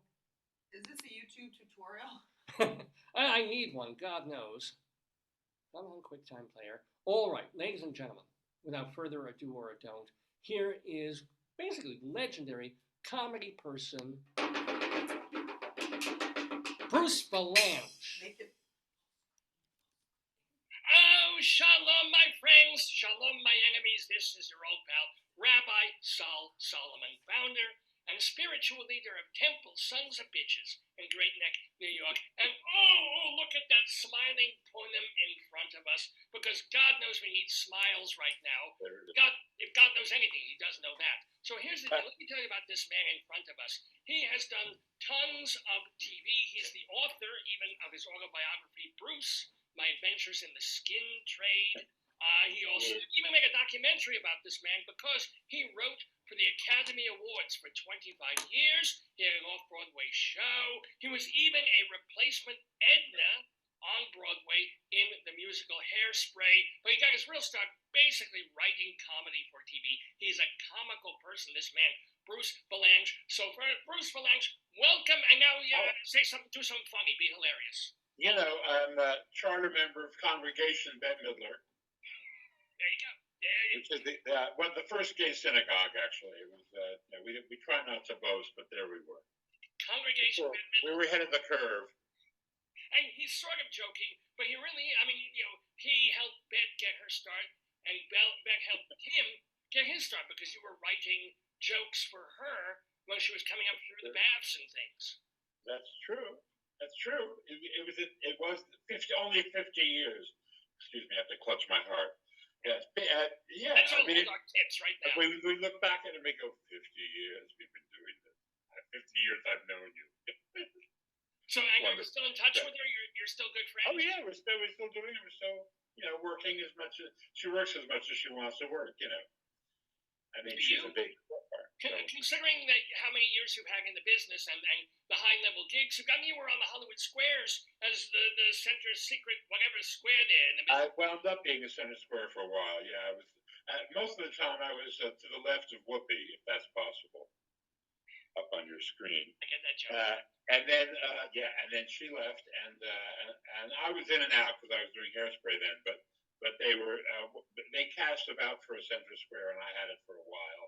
And then I went off to do Hairspray, and Ellen came in. Ellen was the center square towards the end, believe it or not. And Brad Garrett, they would trade off. And now it's coming back, and it's just weird because Drew Barrymore is going to be the center square. It'll be on CBS starting next January. I know it's weird because she's not funny. She's lovable, but no, a hilarious. Adorable, but you need somebody in that. You need a John Wayne Gacy, I think. Come in with a line, with a joke, with a zinger. Yeah. And that's not Drew. So it will be interesting to see how it works. It may be a kinder, gentler Hollywood Squares. Who knows? Or you may get a phone call from Drew Barrymore's people saying, "We need some material. Could you?" That would be odd. Yeah, could happen. Now, how much are you currently working? Because you're still a working comedy writer and comedy doer, no? I'm working, but I'm not writing for other people too much. I mean, because I haven't done a lot of the award shows I used to do all the time. I've been kind of aged out of that. But I wrote a book which will be out the first quarter of 25, which was in the run up to the Oscars, and it's about. During COVID, I did a lot of these podcasts, and these kids, much younger than you and I, would ask me about these pieces of shit TV shows that I wrote in the 70s, and they'd seen them online, the Star Wars Holiday Special and the Brady Bunch Variety Hour, and they said, "How did this happen?" So I've written a book about how I wrote the worst shows in television history and lived. And it's called "It Seemed Like a Bad Idea at the Time." No, hold and it. It is. No, but here's the deal. You were involved in these things, and yes, I have seen the Paul Lynde Halloween special and marveled at it. But when people mock them and make fun of them, do you sort of stand apart and say, "No, wait, some of the sketches were pretty cute, or I had some good lines in there," or do you just, "Hey, I was well paid, it was shit"? Where do you stand? Yeah, I do both. I mean, because both are true. I was well paid and it was shit, but there are some funny lines and some great moments in them. No question about it. They're there. You just have to parse them, and that's kind of what the book does. The book parses the good stuff from the bad stuff, but more than that, it explains how these things actually occur. The confluence of networks and stars and writers and images and icons and all of that, and it's great fun. And the last chapter is the first Oscar show I wrote, which was the Rob Lowe Dancing with Snow White Oscars. Ah, yes. The famous, the Alan Carr Oscars, which have faded a bit in memory, but because when people discovered, I think they may have cut the opening number on the archival tape. Well, no, see, what Alan Carr should have punched Rob Lowe in the face and said something about his girlfriend, and then we would remember it. Then you would have. Was that a Rob story? I didn't know. But the reason why it lived in infamy was 2 weeks after the show, when the lawsuit from Disney died down about the use of Snow White, because there was no grounding for it because Snow White's in the public domain. The Rob Lowe sex tape surfaced.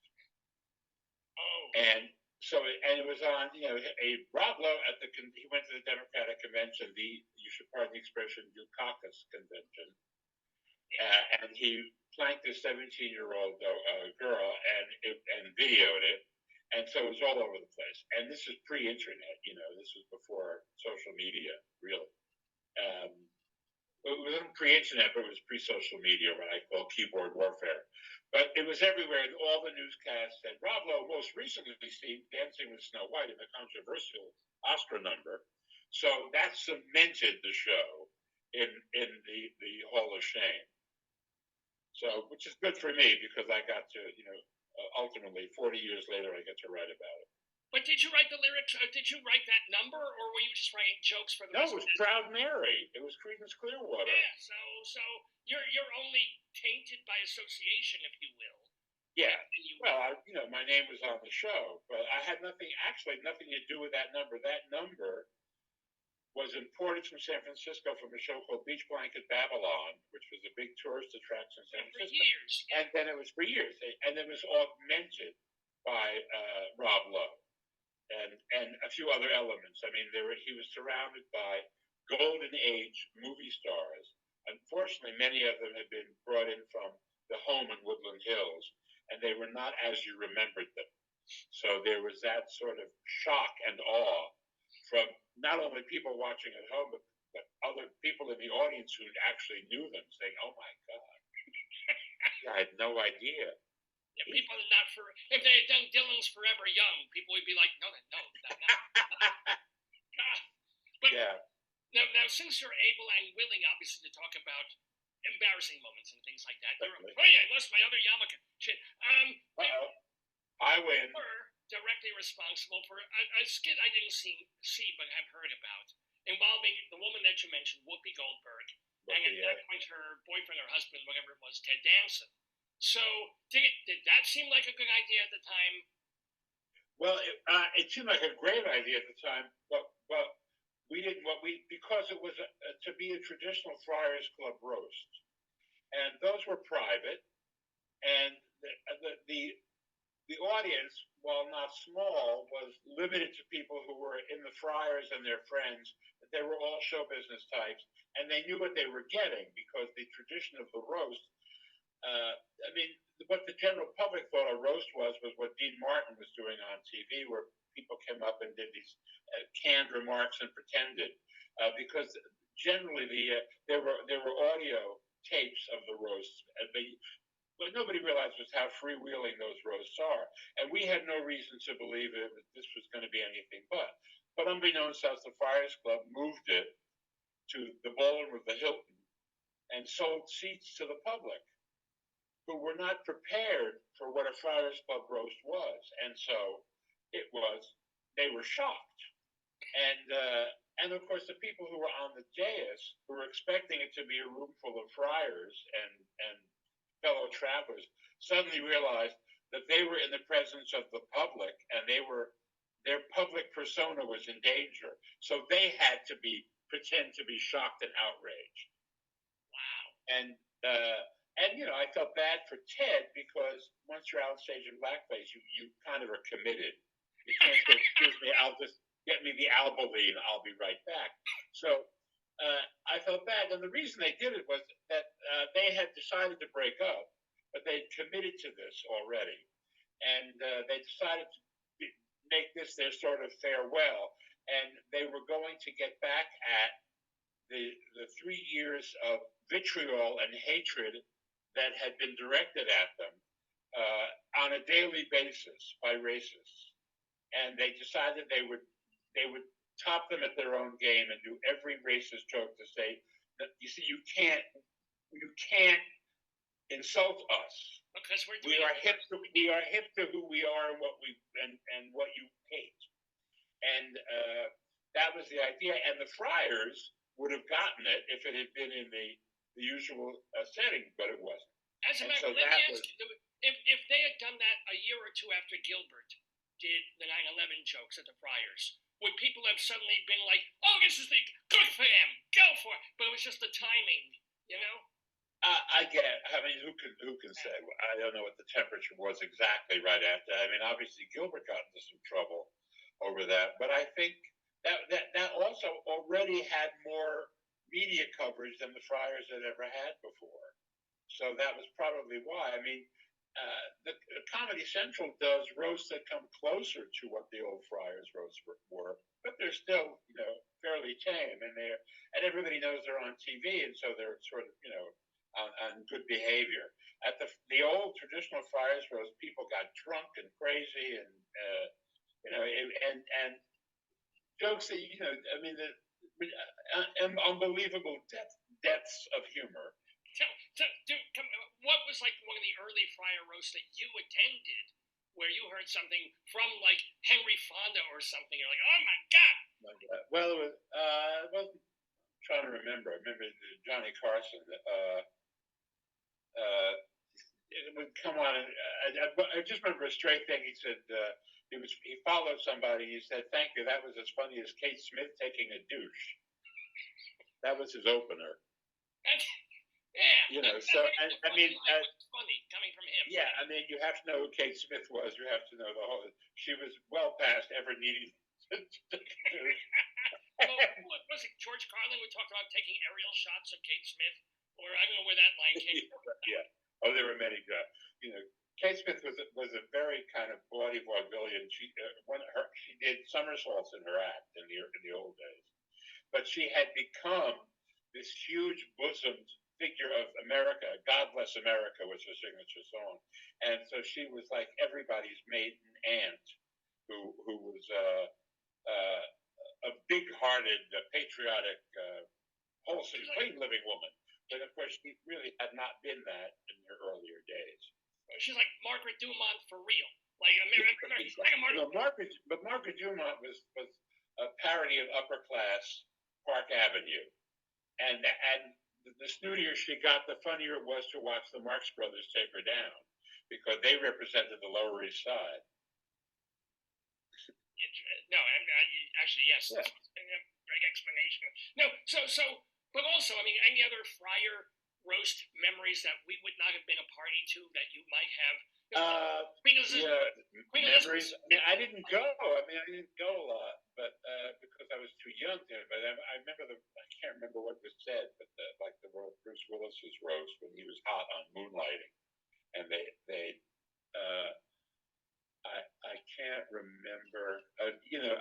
can't remember, but there were lots of pussy jokes, lots of fart jokes. Lots of really bathroom stuff, and racism didn't enter into it. I mean, because that kind of like was a given. If you were black, they could make jokes about being black. If you were Jewish, you made jokes about being Jewish and cheap. If you were Italian, you made jokes about being a coward and being messy, and everybody had. All groups had their traditional, for want of a better word, slurs that were. If you're Polish, you were dumb. It was. All of that has evaporated with political correctness. Right. Well, let me and wokeness. We're talking with Bruce Vilanch. Have you ever been offended by a joke, or a joke's a joke? Well, I suppose I have been, but I think everything in context. It's not so much a joke as a joke, but if the context of something explains why it's funny, and some things just don't. Things that are just out there just don't. As jokes, just don't necessarily have a context. Aren't necessarily funny. But I also think the reaction to things. Listen, I'm a member of several minorities myself, so when they come after my minorities. I can bristle a bit, but sometimes it's because they're not funny. They're just they're bad jokes. It's like Pauline Kael wrote about movies. She said movies are not depressing. Bad movies are depressing. She said, good movies about serious subjects are not depressing. Judgment at Nuremberg is not depressing. It's a good movie about a hard subject. Right. There are some movies that leave you intentionally in the dumps, or some horror movies where you go like, you're being thoughtful, and you're moved by them, and you're affected by them. If you're only left in the dumps, then they haven't done their job. That's bad art. Now, let me also ask you. Speaking of bad art turned legendary, do you have any stories about doing? You mentioned the kind of ridiculous ABC sort of specials that they've slammed together for variety in like the 1970s and 80s. But I've got to know how, I'm sure you write about it in your upcoming book, how Kiss, Paul Lynde, Margaret Hamilton, am I missing anybody for Florence Henderson? How? Sure. Roz Kelly, Betty White, Tim Conway, they were all on the show. I get Tim Conway. Preloaded people. Well, it was a Halloween show. First of all, it was Paul had an exorbitant deal at the ABC to do specials because they realized that he was not the centerpiece of a weekly sitcom, but he was somebody you could build a special around. And the first special was kind of him just in sketches, but then they had to find a theme to keep these things going. And you can't really do the Paul Lynde. Well, you could do the Paul Lynde Christmas special, but it would sort of be anti-Christmas. But Halloween was perfect because he was also already playing a witch. He was Uncle Arthur on Bewitched. So there was that way in, and which we actually wound up not using, but that was the initial way in. We just made it about Paul, and we didn't want to make it about Uncle Arthur. Also because Uncle Arthur was somebody else's IP. It was from Bewitched, and we didn't own it, so we couldn't use it. But it is what inspired. But the idea of Halloween and other witches were brought into play. So Margaret Hamilton, the Wicked Witch of the West, and Billy Hayes, who was Witchy Poo on H.R. Puffin stuff, they came into play as they wound up being sort of relatives of his, with unbeknownst. It's a long story, and then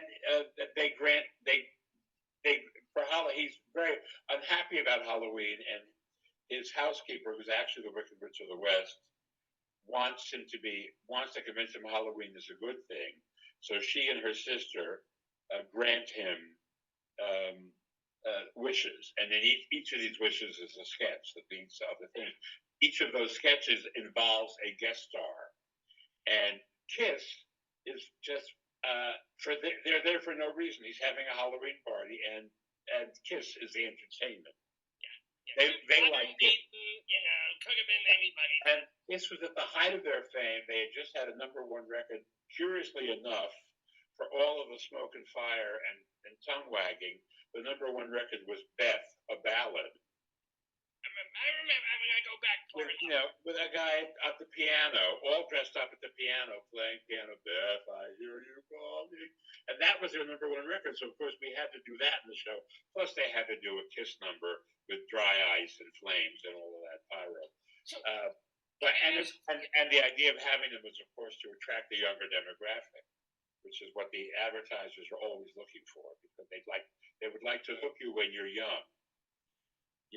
They'd like to sell you a Chrysler when you're a kid, so that you'll buy a Chrysler for the rest of your life. Or fair or bleak. You know what you were getting at as you were hired to do this, and as you said, there are things you're proud of and things that Why doesn't something like that work out? Why do people make fun of it? I mean, you're there, you're right. Well, because it's ridiculous. I mean, it's ridiculous. But this was the '70s, and a lot of the audience was watching it was chemically altered to begin with, and a lot of the people who were creating it were chemically altered. So it seemed like a good idea at the time, and of course it was a bad idea. We knew it was a bad idea. Although the idea of a fall-in Halloween special, it was the way it blossomed. And also, Paul was always a weird character. I mean, he was all punchlines. It was, and so he was showcased best on Hollywood Squares because he would come in and do the joke and get out. On this show, he had to play characters, and a little of him went a long way. He was a flavor, and they stretched it with an hour. I mean, the reason that he wanted desperately to be a movie star, like the people he came up with in New York, Woody Allen and Mel Brooks, they became movie stars. But he didn't, as he was a good writer, but he didn't write movies for himself. He didn't really write his own material. He wrote a little bit, but he was a bigger guy. Was he sober was he manageable? Well, he'd have one drink because that would loosen him up. But we made sure he didn't have two drinks because then he would kind of become the Nazi high command. Suddenly he was, everybody was the enemy, and the slurs would fly. He was not a happy guy. He was not a happy guy. He was happy when they turned the light on and he was on, and then the moment the light was off, he was nice. Now, let me ask you about a totally different kind of personality, but also someone who has a reputation of being prickly. One of the Oscars that you wrote for was hosted by Letterman. And I was just going to say, Dave was exactly the same. Although there was no substance abuse. Dave was only happy when he was on, and when the moment the lights went off, he was critical of himself. And nothing was good. And that was his personality. He was, kind of sour.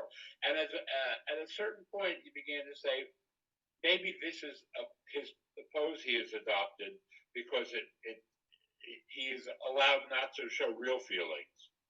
And when he would go up when his son was born, and he went on his show and he talked about it, and it was so sincere. It was beautiful.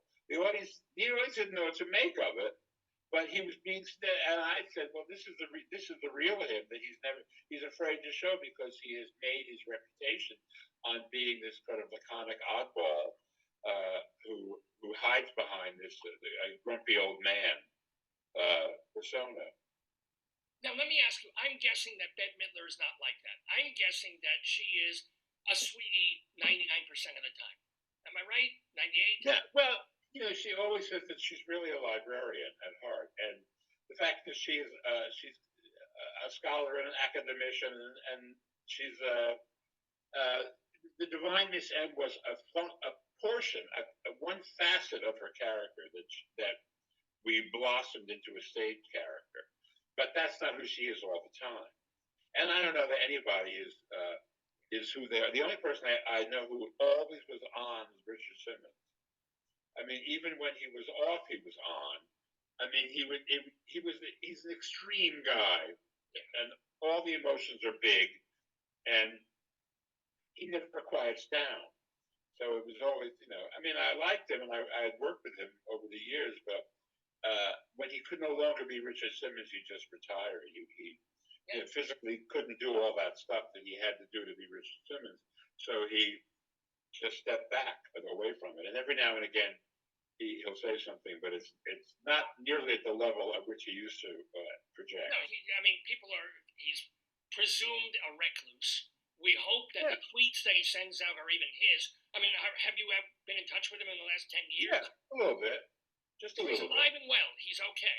Yeah, I mean, there was Harvey Levin did a documentary, one of those TMZ, the first of those TMZ documentaries on whatever happened to, and I was on it, and I heard from Richard after that. He was happy with it. You heard directly from him, like yeah. And then on this one, I think with the Pauly Shore thing, I think that's him. I think he's saying, no, I don't know if he's saying he doesn't like Pauly Shore or doesn't want Pauly playing him, or he's saying, I don't want anybody playing me.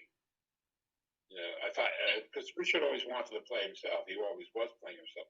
We wrote a musical, which was really funny. Earl Brown, who was a wonderful composer and lyricist, and this is 40 years ago when he was at his height. And we couldn't get it done because he wanted to do it. He didn't want anybody playing him. Oh. And the Broadway people just said, well, we don't know that he can do this 8 times a week, and we're going to invest a lot of money in this, and we're just not sure. We're not sure that he actually has these skills on stage. And if he's taking like 3-4 shows a day on TV with that energy of exercising, he could probably. Well, yeah, but that's. It's not a book show, I mean, there's a certain kind of performer who gets crazy because they feel trapped in the script. And there are famous stories about Zero Mostel and Buddy Hackett, Sammy Davis. I mean, these are guys who went off book a lot. They were the stars of their shows, but they would improvise, they would do stuff, and it would hurt the show. No, but you can design they would also get tired of doing that, and they would buy themselves out of the show. No, so I think that they were looking at that thinking, well, we don't know who this guy really is, and it's a lot of money to invest, and I don't think we weren't going to do it any place first. It wasn't like we were going to take it to London, which is what everybody does now. I could bring it to Texas, to Tuts. In Houston, or the flag. Yeah, exactly. Yeah. Instead of a tryout, you do a regional production at one of these places. So I'm playing with my hair because it's my hair. Good for you. By the way, I've written during COVID. I wrote a show with Dolly Parton using her catalog. It's a musical called "Here You Come Again," and it's about a 40-year-old gay guy, comedian who's never made it, and he's working as a waiter at Caroline's Comedy Club in New York. And the pandemic hits, and his relationship breaks up, and because they're too close, and he has to quarantine in the attic of his parents' home in Longview, Texas, where he has an intimate relationship with his imaginary friend, Dolly Parton. She steps out of a poster, so it's the two of them and 5 musicians. And we are doing it. We open next week in Leeds. We did 5 regional productions around America in the last year and a half, and now we're doing 6 months touring in the UK, and then we'll open in London in December. So, and if it works, perhaps it will come forward. Yeah, who's in the cast there right now? I mean, they're being. You don't know them. Right. Dolly is played by an actress named Trisha Paoluccio, who is a Broadway actress who played the Dolly role in the 9 to 5 musical in a couple of different places, and in another show called Always Patsy Cline. And we've had several actors play opposite her, and currently we have a Brit, and we've anglicized the show because it makes it to make it a bit more accessible to the British audience. Where, of course, she's a huge star over there, but our other character isn't, and he has to be a kind of an average guy trying to be a comic. So, and if it comes back, we will do the American version. But we had a good time. We did the American version in 6 different regional theaters, and we had a great time doing it. It was a hit everywhere we took it. Oh, Mazel, and Dolly signed off. How much? Dolly, I didn't think we did it. on a whim, and we got a grant, a PPP grant, and then I had to go to her for the music rights, and I'd worked with her before, and she loved it. I didn't think she would. I think she would just shoot it down, but she loved it, and she's our partner, and she's zooming like crazy, looking at it every night. So. Can I ask how much before their experience? Because I know you did an off-Broadway solo show about 20 years ago. How much? What other theater experience do you have writing in terms of book musicals or plays that didn't get done? Well, I have another chapter in the show, since I couldn't just do the television shows that were a bad idea. I extended it to Broadway. I did two things that it seemed like a bad idea at the time. Although they didn't. I mean, that's my joke, but I did a musical called Platinum in 1978 that ran 112 performances. No, 33 performances. Another one ran 33 performances, and that starred Alexis Smith, who was very hot on Broadway at the time, but was not as hot as we thought, or we would have had a bigger advance sale, which might have helped us overcome some dismal reviews. But it was a mess. I mean, it was, and I detail how these things fall apart. You know, things fall apart. So I had that, and I had I'd come in on a couple of other shows where, you know, doctoring is a great business. I've doctored a lot. A lot of people come in and they rewrite, and you don't get credit, but you get paid, and you know. Sometimes you do the stuff that makes the show a hit. Sometimes it's just other stuff that you either collaborate. You know, there are a lot of big movies have writers' rooms. They'll have a writer. They'll bring in for a day. They'll bring in 7 writers because they need some jokes. They want to reshoot stuff, or they want to dub stuff because they need a couple of laughs in it. And it's not just the comedies. It's things that, you know, science fiction that needs comic relief. It's all kinds of stuff that you get called in on. So it's a cottage industry. And it's probably built you a cottage or two, or at least pays your New York rent or LA rent. But let me ask, can you, and if you can't say, you can't say, but what might be a line that you added or finessed to either a movie or a Broadway show? Oh my God. Well, this is one of my favorite is Child's Play 2, which was Chucky. They wanted a line. They wanted Chucky to say something funny after one of the murders, which was somebody who, of course, had mistreated him as a doll, and he gets back by killing him. And he finishes this lavish stabbing spree, and he looks at the camera and says, "Don't fuck with the Chuck." A huge laugh. They tested it, and it was a huge laugh at the screening. So that's my line. Don't fuck with the Chuck. And it stayed in. It stayed in. It may be in all of the Chuck. I don't think it's in the Chucky TV series. Probably not. No, probably not. But which is now on the Sci-Fi Channel. But I think it made its way into a lot of the other sequels. I have to confess, I haven't seen them all. I did see Bride of Chucky because Jennifer Tilly was in it, and it just cracked me up that she was there with this doll. She's such a good actress, and she's so game. She's, you know, she'll play. Besides Bette Midler, who's like the famous, most person that you've loved working with or for or writing for? Well, Whoopi. I mean, I love Whoopi. I love Billy Crystal. I love those four: Nathan Lane, Robin Williams. Those are Shirley MacLaine. Those are at the top. But yeah, I mean, there are a lot of people. I don't dislike people too much. I mean, if you don't get along with them, you just kind of stop. You know, it's a collaboration that doesn't benefit anybody. So, but I haven't had too many of those because we just laugh and move on.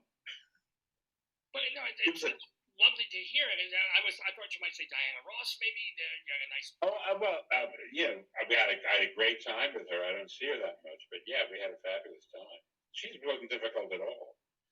I mean, and in fact, I ran into her. Yeah. I ran into her on a plane, and Randy Tabarelli had written a book called "Call Me Miss Ross," and it was all about. It was kind of a hatchet job, and It was about how she mistreated this one and that one.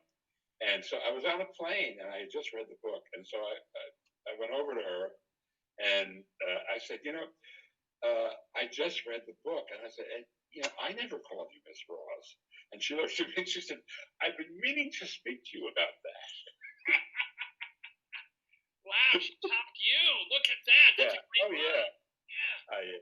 I mean, she was totally aware of all that, but she's fairly zen. Can I ask? And I know the answer is going to be no, but it might be a finessey no. Is there a formula to writing a joke? I'm sure there is. I don't know what it is. But I've never broken it down. I mean, it's beyond setup and punchline, and you like to find something that takes a left turn, and the joke is you didn't expect that was what it was going to be. But I mean, I don't know that there's an actual formula. I think that just it kind of appears in nature. I mean, probably somebody who teaches a class somewhere has broken this down and has, this kind of a joke, and has names for each of these things. But I kind of stayed away from that. I was too busy working. Right, but I'm kind of like you're stuck in let's say the writers' room at the Oscars, and something happens that morning. President Obama, drops a cup of coffee or something.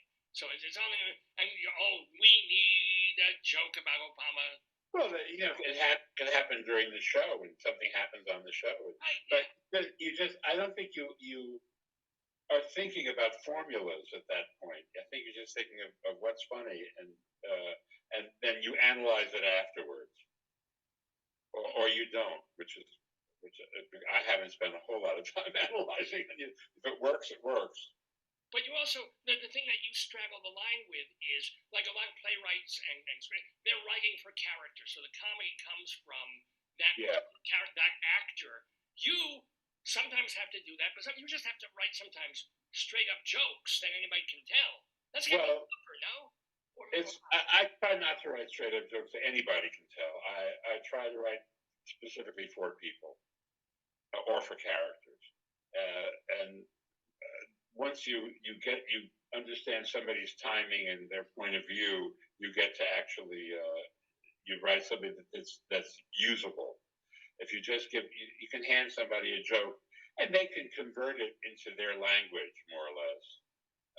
But I've never written anything like just me. I mean, I always wrote for somebody specifically. I mean, Joan Rivers had a voice.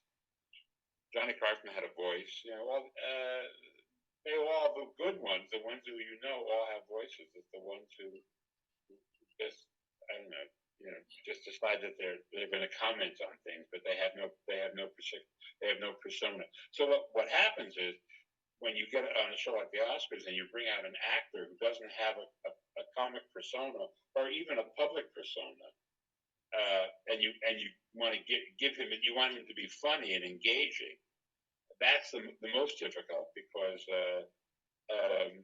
you don't know who they really are, and you want to write something that is specific to the category they're involved in, and try and make it if they can pull off something amusing about art direction or cinematography or sound or documentary or something, or it's sometimes you can't do that, and you just have to give them something straight to say.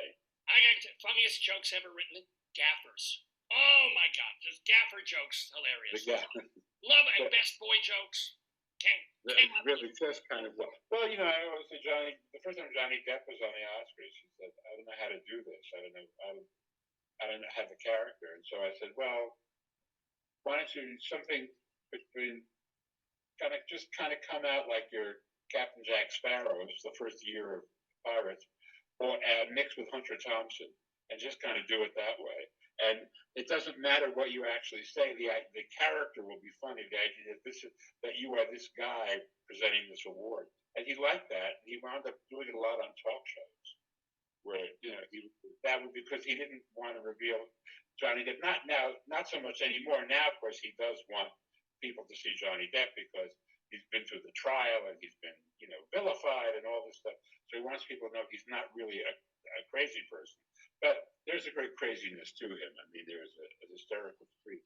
Well, there's a great craziness to all of us, including you, Bruce. I want to remind people, I hope you can give us a couple of more minutes because I just love talking. But I do want to tell people, first of all, the book that's coming, because you had a book a while back called Bruce Vilanch.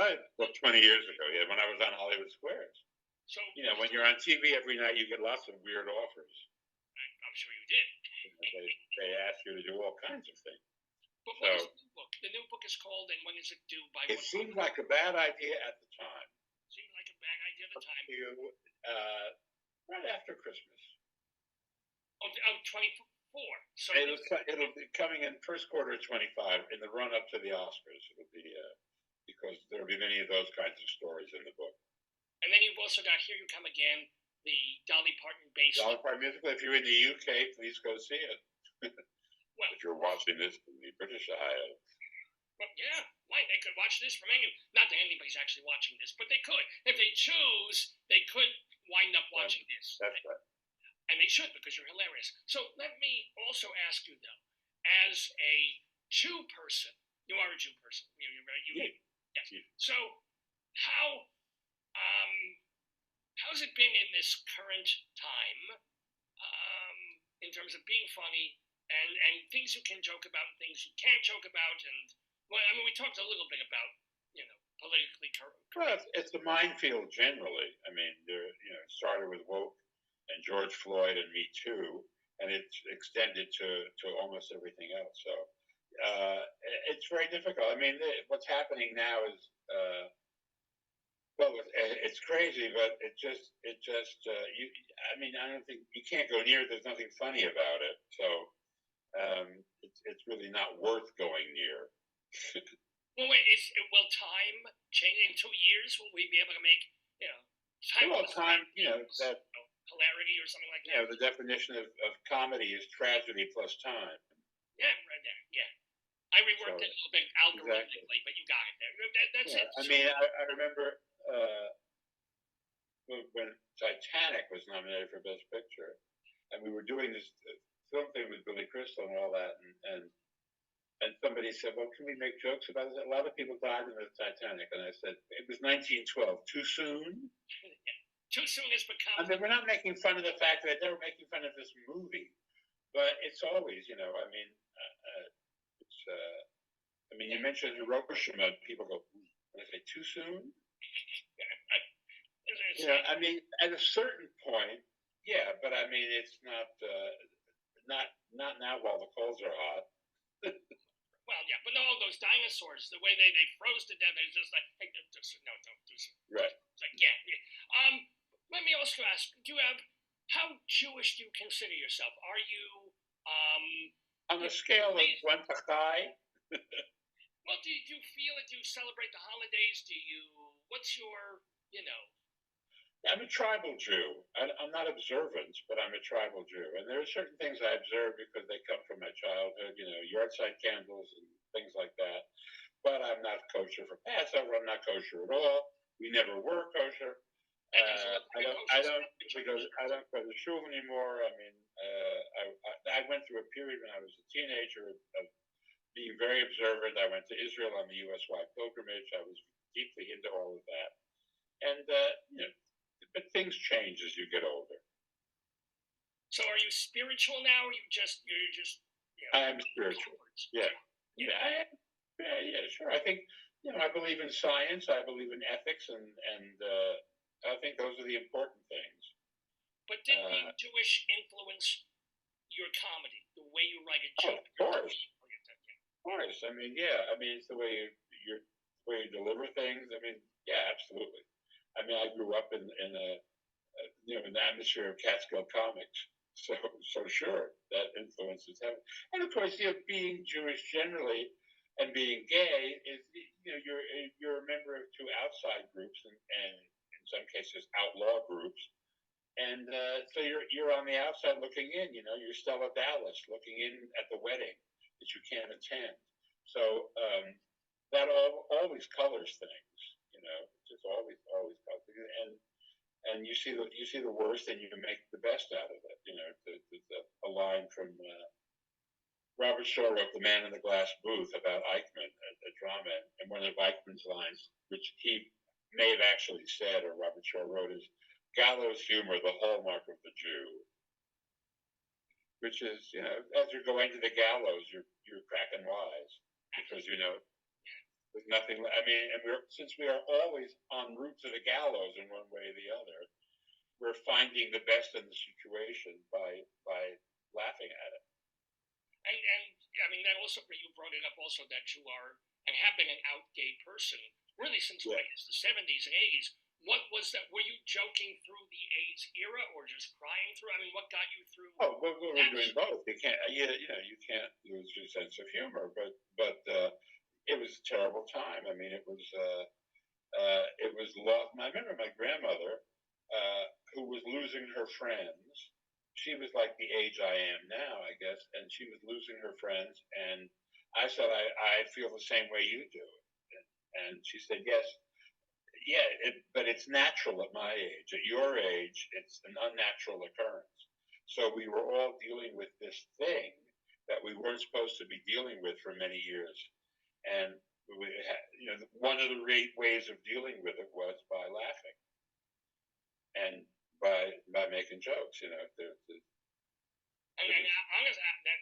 it brings up the humor because when COVID came around and everybody started losing older people, you say, I lived through AIDS, this is nothing. Which is technically, there you go. One of the AIDS jokes, which I don't know if it means anything, what is the biggest problem with having AIDS? Convincing your parents that you're Haitian. Remember that one? It's funny, and you know what was funny? Because Haiti was the epicenter of the epidemic back then. Mom, Dad, did you know I was a hemophiliac? Guess what? Boom. Guess what? Yeah, right. That was, but even then, it was funny even during the time. I mean, if the joke is right, it doesn't matter that you're in the epicenter. Well, it was a joke on a joke. In other words, you could say it wasn't because I'm gay; it's because I'm Haitian. Right, yeah, exactly. So, how is your life now? I mean, I don't want to get too personal, but are you dating? Are you a part of a couple? Are you married? I don't know. You're. No, I travel single. Funny girl.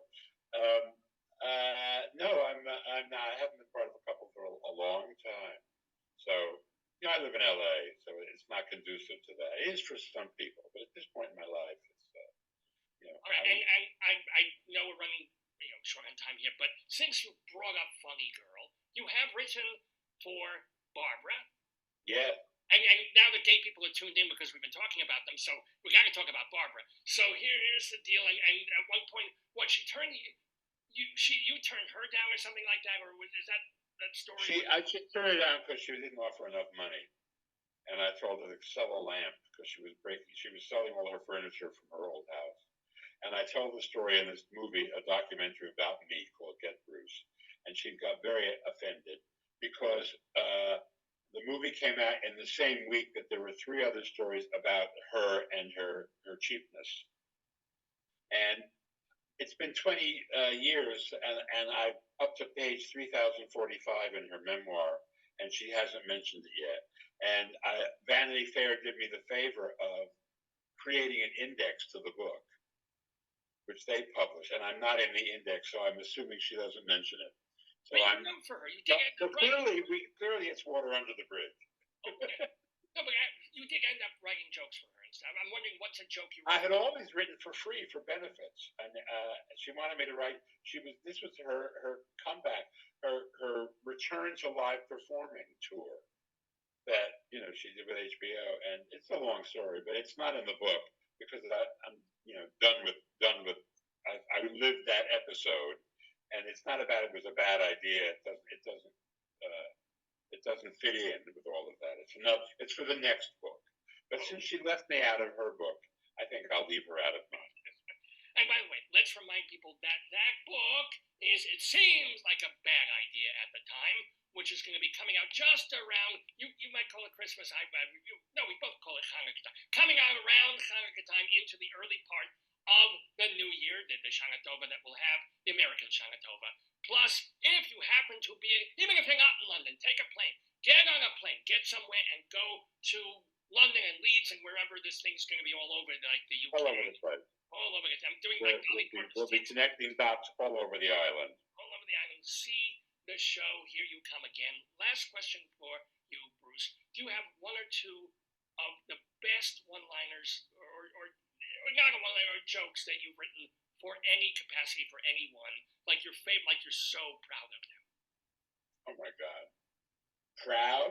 Well, yeah, I mean, I guess the famous one is that I gave Bettner the Sophie Tucker jokes and wrote a whole bunch of those and resuscitated some that she never told. And one of them became her big signature joke, which was, I will never forget it. I was in bed with my boyfriend Ernie. He said to me, Soph, you've got no tits and a tight box. I said to him, Ernie, get off my back. That's classic. That is classic. It's a dirty joke without a well, it has a semi-dirty word. It's dirty enough, but funny enough. That's the point. And boy, what a funny, wonderful person we have had with us in the neighborhood. Thank you. Toda Rabba to Bruce Vilanch. All right. Take care. Bye. Bye-bye. Ciao.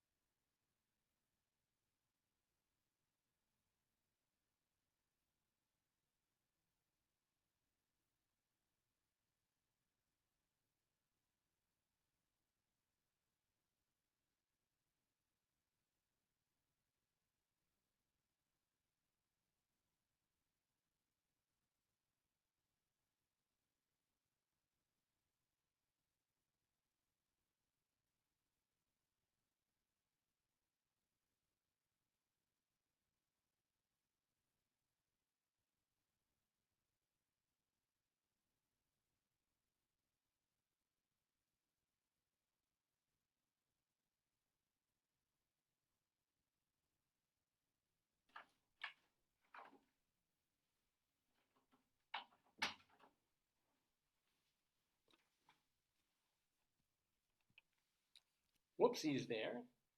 Welcome back to the Daverhood. I'm not sure how long that was going on there, but sorry if I overstayed by a minute or two. But yes, you're watching the 942nd episode of the Dave's Gone By Facebookio Podcastio of the stream with me, Dave Lefkowitz, and I thank so much to Bruce Vilanch for being in the Daverhood with Rabbi Sol Solomon, who's going to be back with us in just a little while to offer his rabbinical reflection, his thoughts on the world at large. It's kind of a mini sermon, and he does them about life and Judaism and politics and society, and of course it's quite a fraught time. So he does have, though, a positive message in a way, if you will, for his rabbinical reflection today, where he'll be talking about the NYPD, and he is not blue about them at all. Also, want to let you know we have our Colorado Limerick of the Damned coming up, as well as, let's see what else we got here. Get that going. We have our Friends of the Daverhood. But I also have to talk extemporaneously, if you will, about our word of the day, because one of the segments that we do is called Dave's Big Dictionary, and it has to do with coming up with a word. And first, for a couple of years, we were doing this randomly. Like Joyce would flip through a dictionary put her finger down without looking, and then I would have to talk about whatever that word put in my mind, just off the top of my head. So it's kind of a challenge. Trying to be funny, trying to be amusing and interesting for a few minutes about a word that could be really obscure or abstruse, or something really common but maybe not that funny. So we do Dave's Big Dictionary, and now Merriam-Webster's has taken the job sort of out of our hands, because they have now a word of the day that they post on social media.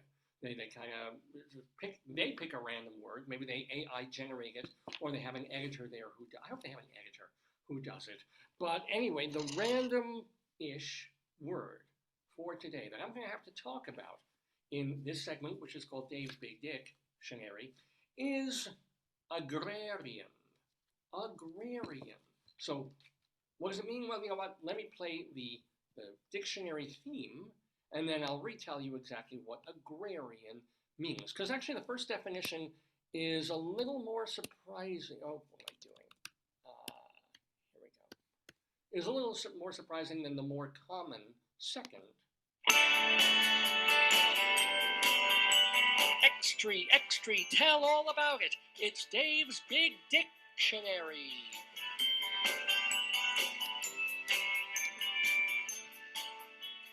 Indeed, Dave's Big Dictionary. So here it is. Here is, even though Joyce got the word on the phone, we did pick up a copy of an actual hard copy dictionary to look at the word agrarian, which means, Here we go. The word is agrarian. Of or relating to land or its ownership, for example, agrarian reforms, or of or relating to farmers or farming interests. So, and that's the adjective of it. You have agrarian. You can be an agrarian. What's the origin of it? What is agra? That means home, right? You know, this dictionary, even though it's got a lot of words in it, the definitions are really friggin' short. So it doesn't give a derivation, not even a language on this one. And there's also agrarianism, which I guess is something that you ascribe to if you're into agrarianism. Like you believe in farming and the land, I imagine, or that's your lifestyle. I don't know. I'm making up what isn't in. I'm really like a Munster dictionary. Marie wrote, Bruce is sensible, and Good. Then David F.T. said, terrific interview. Oh, thank you, DFT. That's so nice. Thank you. Who they are? Yes, I do. Marie. Well, you know Marie, I'm trying to do a. DFT has been a champion of funny and novelty music along the lines of, the Dr. Demento mode for many, many years. So yay to DFT. And yay to our great friend Marie out in Florida. Yeah, okay. Thank you. So, agrarian. Something to do with land, and then more important, and what we think of as something to do with farming. And, when I think of farming and when I think of that lifestyle, there's a part of me. Lifestyle. It is. You didn't put on your light Oh, bulb. so yeah. I feel like it I know. you're Get a little. light. I'm sorry. Here, pop this on. Yeah. Well, agrarian people could make the beet balls. What? They could make those beet things we studied. On the beet ball. I thought you said meatballs. No, Beet-ball, they yeah. could make that too, but. Well, yeah, if they have a beet. I don't know why more farmers don't grow beets. It was huge in Colorado before. I don't know if they're hard to grow. No. Well, they're hard to beat. Oh, wait. Thank you. So there was a part of me when actually we first moved here and I was getting my sleep schedule together where I'd get up at like 4:30 or 5 in the morning. Yeah. No, we'll talk about what you saw. Oh, that too. Remind me. Yeah, I'll both get of them are agrarian. The 8 of them and then the one. Well, no, it's the last thing farmers want to see, and I know, yeah, but they're not. They're things that farmers don't want. At least one of them for sure. But Joyce is referring to the fact that this week, even though I haven't seen much in the way of wildlife here, sometimes we'll get deer very briefly in the backyard, and we haven't seen a deer in a while. I mean, I had a fleeting vision of one like a week ago, and that was it. But I was at one of the universities that at where I teach, and then and the thing is, it's not like in this great landmass or something. Their garage their garage Yeah, but backs it's near the onto. glen. It's the glen. So there's a wooded area, a large wooded area. Yeah, and so the garage is open. So even though there's cementing, you can't get fucking Wi-Fi in it. There's no walls. There's just pillars and then cement top. But all around, as Joyce said, there's this glen, and a lot of times, if you're lucky, you come at a time when there's some wildlife, not just birds. But I was there. Was it yesterday or the day before? He's there. No, he's there. He's wildlife. We don't see goats, but I've never seen anything like this. There were a family of 6 deer, just hanging out. And I guess they're so used to people pulling in and out of this garage and cars starting up Actually, and doors opening. They help people get their parking passes too. They're very good at that. Yeah. Oh yeah. Well, or as I like to say, oh dear. But that's not even. But you have to hand them a buck. Oh no! So I don't know why they're not skittish about that. They literally they could go much deeper into the glen. Well, maybe they know they can run away. Yeah, I mean a human they know how fast. Yeah, they know how fast. But still, I mean, if I was like a little animal hanging out, I hear a car door open. In your car. If you were outside, they might be scared. Maybe in the car. When I get out of the car, they probably don't see you when you're in the car. Maybe they don't know the difference between a car and a person in the car. So, but yesterday, I think it was yesterday. I was parked. Is my phone here, or did I bring it to the other room? I'm watching you on your phone. I'll get the picture. Please go to the pictures. They're far away because they don't let you get that close. But I go to the car. I'm not even noticing. You got really good. Oh, you got good pictures. Yeah, here. I'm gonna go to the first one. Wait, sorry. I'm gonna flip your phone. Give me a second. Sure. So, in the car, and I'm literally walking in the car, nothing. I go in the car, I open the door, I close the door, because I'm just going to put on the CD and listen to an audiobook and stuff. And then I look out the window, and maybe 30 feet away, there's a family. There's 2 more grown deer just kind of hanging out, and these 3 other deer that are just kind of plopped on the lawn. Just, not asleep, but lazily hanging. So all told, there were 6 of them. I got 1, 2, 3, 4. No, you have more in the other one, I think. Yeah. But here's, it's close enough. It's amazing how much more you see with your regular eyes. You have more, so all right. Scroll past. So, that looks very agrarian to me. I mean, literally looking at this is like a painting. Deer in the. But you got them closer up later on. I couldn't get much. Well, I did. Well, oh yeah. How old is? I don't remember even getting this one yesterday. You do. I do not want the emergency signal there. Look at him. Look at him. He's so cute. No, they were all really, really cute. It must be a family. Do they have a herd? Yeah, this was a family of 6. They were all hanging because over on the other side of the garage, there were 2 more. And they looked a little different, so it could have been a completely different family. What do you call a family of deer? Herd, you said? A herd. It is a herd, yeah. So it says they can describe many groups of animals that live together. A herd of deer can range from just a few deer to hundreds. A female deer is a doe, while a male is a duck. A duck? Oh, a buck. Yeah. But how many deers are usually in a group? Yeah. How many? It varies. It can be. They can say a few to a dozen. A dozen. So. Well, it's not. But 6 plus 2 more. I've never seen that many deer at once. We've never seen that many. So next time I'm bringing a shotgun to the so I can eat for a month. Bring my old apples. Yeah, yeah. And you can even see this, and this is one of the. Turn it sideways. All right. This is one of these scourges of the. You can do this. Well, it's no. Hold on. Let it just be. Here we go. So it'll turn. Aww. So you can see them, and also you can see. You want to talk about wildlife. You have morons who go on skateboards in the parking garage. It's like this place where young teenagers and maybe older teenagers and college students think that a place where people are kind of turning curves and parking and figuring out where to put their cars is a fantastic place to have. Are they skateboards or what are they also called? Hoverboards and the ramp things that they do, and yeah. And yet the deer are not put off by it. I've seen deer when they've been skating in the garage. I didn't want to say it, but I Yeah. think the deer are the ones that started that whole trend. Yeah. It could be. And, you know, I thought it was the question, but it's the antler. So, so I had that wildlife, that kind of agrarian, landy experiences. Also, this morning, so the nice thing about living, and it's not like we're in the country. We're not. We're in suburbia. 5 miles from I wouldn't call it a major city, but a city, right? And closer to some other towns. Very, very suburban. But we have a backyard. And in the backyard, we are used to seeing squirrels, duh. We get rabbits, bunnies, which I love, which are wonderful.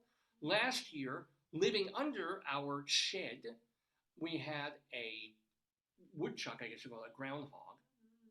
And it's been kind of funny because I've been listening in the car to Henry David Thoreau's Walden, which is as boring as fuck, but it's really well written. But he's also the one, he loves nature, he loves everything about ice. He talks relentlessly about wood and about trees and the sky and planting and vegetables. The one thing that he killed was a woodchuck.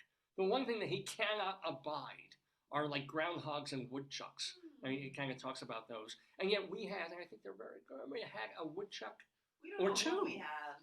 Well, it looked like, it wasn't a beaver. No, the neighbor was not, he's a gardener. He owns a gardening company. He was not fazed by him. He's like, oh yeah. He's like, they're usually in your water, but you called it fiddle-faddle. Fiddle-faddle, because they walk Yeah. fiddle-faddle across the lawn. Maybe the raccoon got him. Well, that's the thing. He was a groundhog. I'm pretty sure it was a groundhog, or which are all these same words. Yeah, some kind of thing. So this morning, I'm looking out the window while I'm planning the show, and I thought, oh, whoa, it's fiddle-faddle, but it wasn't. And then I was like, oh no, it's the neighborhood stray cat, or maybe not a stray. A cat roams. There's this gray cat with a long tail. Yeah. We've seen him come up and He down. looks like a bobcat. Basically, I mean, he's I think he's. He is, maybe but he's domestic. just big. He's large in stature. But then I saw the markings on this fella. And in the almost 2 years that we have lived here, this is the first time that I've seen a live one of these.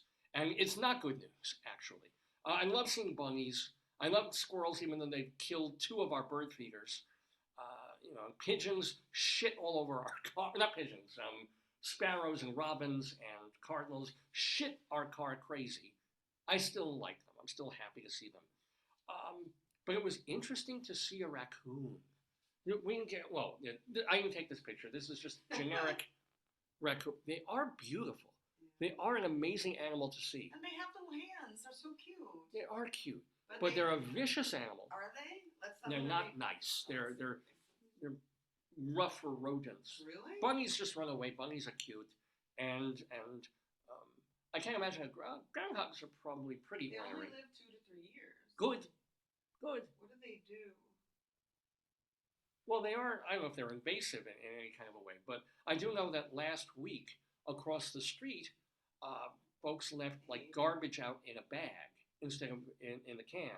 And literally overnight, the bag was open and there was stuff all over the... That's baby raccoon chatter. Play that. Yeah. I'll play it again. Hold on.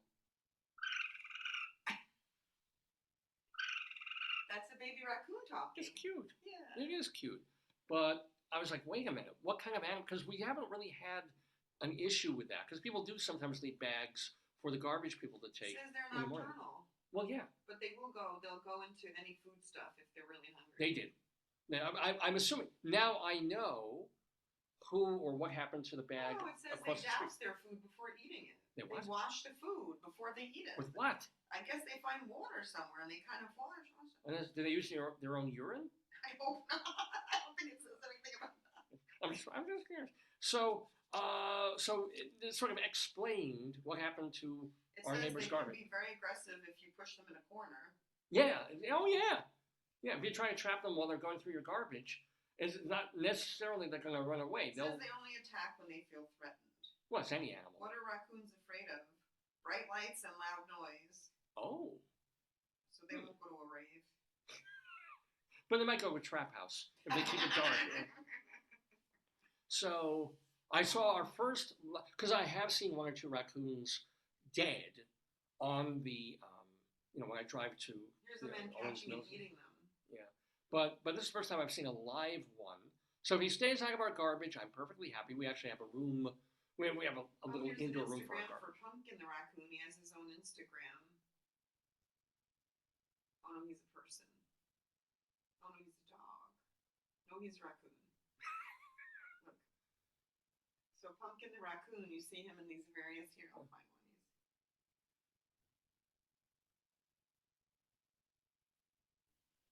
This is Pumpkin Raccoon has his own Instagram. Okay, they are cute. They are very, very He's cute. eating a cheeseburger, right? I thought it was pancakes. Oh, maybe. Yeah, it's pancakes with maple syrup. Of Yeah. course. What else? What else would a raccoon have? Yeah. I like him. You want him? Pumpkin, He kind of looks like a ferret. Yeah, he does. They've got a Well, ferret don't look. forget this is Instagram, so maybe they dustied him up. Do you think that's an AI raccoon? Maybe. Yeah, it could be. Well, we have a real one. Here he is eating pizza. He likes pizza. Too. Oh, I'm sure they're vermin. They will eat Anything. whatever that they'll find, which is why it's like bears. Bears are scarier than raccoons. Raccoons get rabies. Bears get dead. Raccoons are bigger. They could hurt you. Well, bigger than bears bunnies. are bigger. They could hurt Okay, you. yeah, this is true. So There's an Instagram page called Awesome Raccoons. I'm sure there are. There's probably Instagram Us and Manatees. There's probably one called Us and Pigeons and Us and No, awesome. Awesome. Oh, not awesome! us. Even more likely they'll have awesome ocelots. That would work. Awesome ocelots. Say that together with me. Awesome ocelots. I can't say that. Again, awesome ocelots. Okay. Anyway, so agrarian. We kind of hit it. Well, this idea of, I do like the idea of farm life and being close to nature, and maybe hearing Walden sparks a little of that in me, even though Thoreau was a nut and kind of a hypocrite and lived only like a mile and a half out of, and he says that in the book, but part of me is like when I was getting up at 4:30, 4:45 in the morning, and I was like, do I go back to sleep? No, I'm not. I'm awake. Let me just get up. And boy, oh boy, when I get stuff done, when I would feel like I would accomplish 3 times the amount of work in that 4:30 to 5:36 a.m. hour than I do at like 1 in the afternoon, where I'm just like, I need a nap. It's just a thing. I never understood this when I was a kid. I get this idea of living on a farm, going to bed at 9 at night, right? So obviously you don't live a New York theater life. You hit the, hey, it's 9 o'clock. What are you missing, especially now that you can watch TV anytime, right? You're not going to miss the great thing on Channel 4 or Channel 7. Go and get up at 4. 10, 11, 12, 1, 2, 3, 4, or 4:30, right? It's kind of an okay life, and get up with the sun, if you will, or the daughter. It depends how your incest runs. But I don't know. I kind of dig the idea of that. The idea of milking cows and churning butter and mowing and hoeing sounds really great for about 3 days, because it would be new, it would be different. It's like, holy crap, I've got like cow juice coming out of its titties. And it's going into it's going on my shoe. Now it's going into the bucket. And here's a goat, and you have to do, and yeah, you gotta muck out shit from the stable with horses and stuff. But if you literally had to do that every day for weeks, even collecting eggs from chickens, you're like, chicken, egg. It sounds really, really great. And then you're like, it's 5:30 in the morning, I gotta get goddamn chicken eggs. Egg. Scare away the coyote. There's that. Like, it really, country living feels like it should be for me, but it never was. And I don't think it ever would be. I won't even be like a squire. I can't even necessarily see myself like was his Levin in Anna Karenina. Because he went out and talked to the workers and all that, but having all the workers do this shit and just kind of living in a nice little place with 100 acres around you, deep in the 100-acre wood. That's not how you were raised. If that was your life, I mean, we knew in Colorado a lot of the farmers had trouble because the kids didn't want to do it. Yeah. So they would have a farm for, like, one lady said to me she willed the farm to some Colorado trust, so it was preserved land. But she was like, she had a lot of kids and none of them wanted to do it. It's a heavy, and I don't think you can make a necessarily great living now. They say, like, how are they going to keep them down on the farm, right? Now, after they've seen Paris, once, like, it's a lot of work. A lot of my mom's friends in nursing school were Amish and other, Mennonites. They couldn't be Amish, they were Mennonites. And it's a very different life. I mean, could you imagine, a pregnant cow, and you're the one who has to go in there with a glove, perhaps, or maybe, just head first, and remove the animal, because you can't always call a vet. They're probably used to stuff like that. Oh, sure. And let's say if you have chickens. It's like the way you probably edit, the way you edit stuff. Yeah. That's your skill. They probably. Oh, yeah. I'm sure there are people live it, love the life, love the sun coming up in the morning. You're out in the field, and the sun is making you schwitz and baking your back, but it's just not agrarian. I guess I was not meant to. Maybe it's because our gardeners raising their rates. I'm thinking about this now. Oh, I think probably because we have trouble keeping plants in a plant box. That too. That too. I can't grow a fucking basil plant more than 3 weeks. That kind of irritates me as well. But just this idea of like, I could save so much money if we got a lawnmower for like $200-300, and I just pushed it around. And it's not all year. You just have to do it from about March or April even until early October, and do it not even once every week and a half, once every 2 weeks, so it doesn't look overgrown, so it doesn't look like you're a slob. You pull the mower around, and I think somebody's blowing leaves out there or something. But then I remember when I was mowing as a child, and because we saw a guy mowing in shorts earlier this week. We saw some guy mowing along in shorts. I'm like, dude, when I used to mow, get scratchy things would kick back. Any stone, any piece of wood. Maybe now they have lawnmowers that are better. Maybe. They might have ones that catch it before it hits you. Yeah. So, but I still, when I think of having to, and this is to save what is currently like $65 a week just to mow a lawn. Did you not all grow up, or particularly if you were guys, with you got an allowance, and your parents would give you an allowance, and they would give you what, $5, $10, but you had to mow the lawn? And you think it's basically, here's a lawn. It's the same thing, and now people are getting paid literally like lawyer money to cut grass for you. Because cutting grass sucks. No, but they come out with equipment and they blow leaves. They do a lot. I know they do. We can ask them to blow the leaves in that part. But it's still sort of like, man, there's that temptation. If they suddenly jack up the price to $90 for a lawn mow, is it worth it at that point to say, okay, for an hour You could do it. Yeah. You could do it. Yeah. But you also have to do it right. I mean, it's not, you want to do it nicely, evenly. Yeah, around the trees, which is a pain in the ass, and up towards where the boundaries and the borders and the rock places where the flowers are, and then up this and down that, and then sun. Because if you're just mowing back and forth in straight lines, mowing is kind of cool. It's very zen. It's loud, it's annoying, but you're kind of back, turn, forth, back, turn, forth. Not so terrible. Soon as you start to have to do a curve, soon as you have a patch here and a thing there and curve around this, and it's like, leave me out of it. To hell with it. I'll pay some dude or 3 dudes to do it in literally 8 minutes. But I don't know. As you can see, Green Acres is not the place for me. Farm living is not the life for me. Tempting as that somehow, we all have that instinct, that wild, feral instinct of wanting to get up in the morning, not to see anything but land, trees. If you're going to have vegetables, you grew them.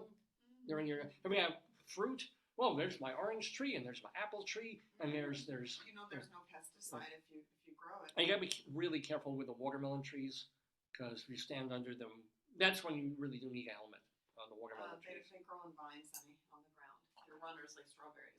That's why they all die on me. Yes. Because I expect them to grow up. No, No, they don't. like No. strawberries. Yeah. Well, strawberry I wouldn't mind. Like potatoes. But yeah, they're tuberosos. Why don't you create a potato patch? Yeah. You know, I would love to grow taters. Remember we saw that thing where there were two things in one? Oh, it was called ketchup and tomato. Something like that. It was a tomato and potato plant in one. They grafted. It was called fries and ketchup or something. And people have something against Monsanto. They grafted it, and I'm not kidding about it. They made a plant that does tomatoes and potatoes at the same time. Did you do your Colorado? No, it's almost noon, and we haven't even, well, we've had the interview, which has been wonderful. Yeah, I told you. I don't know what FT stands for. David FT said it's terrific. Oh, it's his initials. Oh. Yeah. Full-time? Like full-time? No, his name initials. Oh, okay. Yeah. I would say. I know exactly. I'll tell you after when we're off the air, because I don't know if he wants to. Oh, yeah, no, I just was curious. He used to have a channel on Live 365 called I Still Get Demented. And I believe he has a website and music that he does on that. Anyway, I think we've hit agrarian. I think we've covered our word on Dave's Big Dick Sherry here on this May 4th, 2024, the 942nd episode of the Dave's Gone By Facebookio Podcastio Programmio of the stream with me, Dave Lefkowitz, my adorable and wonderful wife, and of course, Teeth, Potato,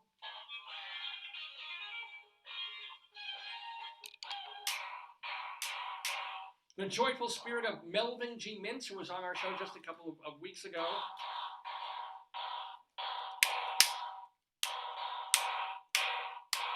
No, I'm going to give you the honor.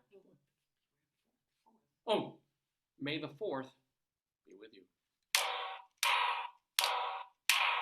So this is an important thing now. Since we have these going. You okay? All right. When we don't. Oh. We're going to have special music now. You know what it's time for, baby.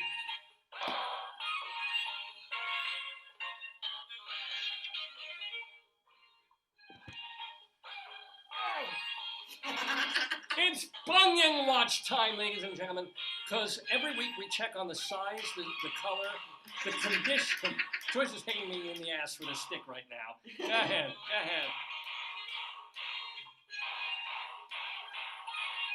Look at this tummy here. It is time for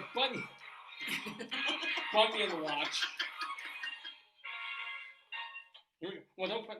We'll have it ready because behold.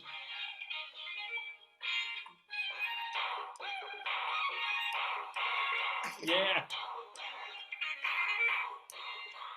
This is high quality comedy right here, ladies and gentlemen. That is my real bunion on my right foot. Oh. Just got twisted in the wrong way. There we go.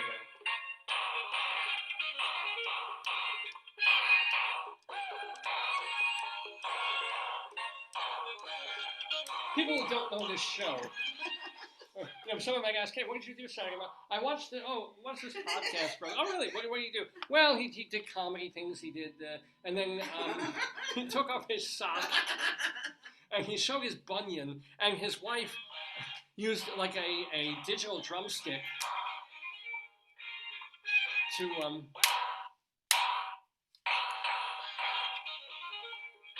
hit his bunion. All right, well, let me turn this off so it doesn't kill the battery here. All right, so we've covered Bunion Watch. We've had Bruce Vilanch in the Daverhood talking to Rabbi Sol Solomon. So before we get to our Colorado Limerick of the Damned and friends of the Daverhood like Bruce Vilanch, we're going to bring Rabbi Sol back into the Daverhood because he's been on a jag lately. Well, let's face it, he's got a lot to talk about and write about. Rabbi Sol has a Rabbinical Reflection. These are his sermons, his mini sermons that he does. His sermons when he does them in shul, They're about 4.5 hours long. It's kind of hard to stop him once he gets going. But he edits them down for us here in the Daverhood on Dave's Gone By. And he compresses into the essence of what he has to say about Judaism, about life, about politics. Sometimes he just tells jokes. You never know with Rabbi Sol, except this time I know what he's going to be doing. It's his 185th Rabbinical Reflection, and it's going to be all about the New York Police Department. And he's got some nice things. I mean, a little taller.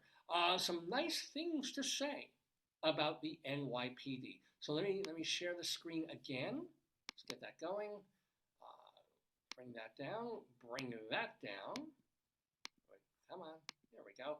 And here is. Let's bring that up. The one. Now, Rabbi Sol has been with us since our very first episode back in 2002. At first, he was doing bits and rabbinical reflections. Then he became our main interviewer, as you've seen. But he still gives us his wisdom, his wit, such as it is, and his thoughts on being Jewish in this modern world. So, ladies and gentlemen, the one, the only, the Jewish Rabbi Sol Solomon.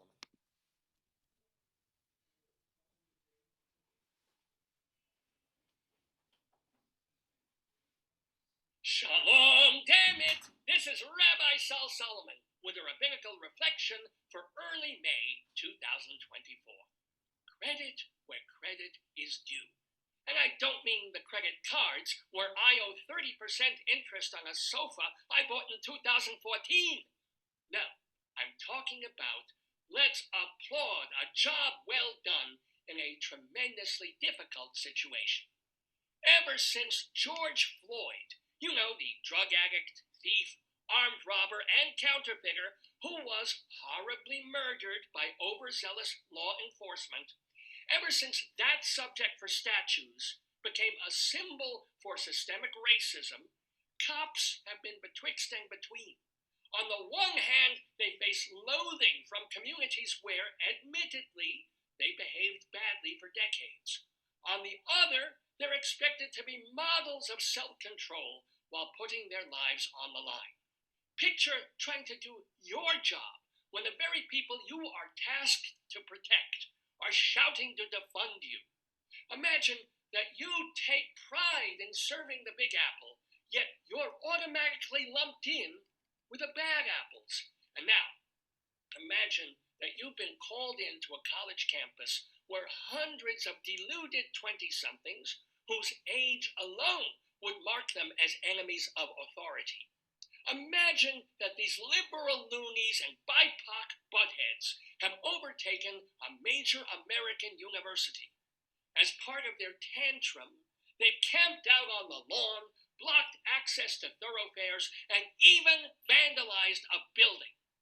The school president has hithered and dithered, not wanting to spark violence or squelch free speech, but terrified to lose benefactors who might balk at endowing a university whose main export has become anti-Semitism.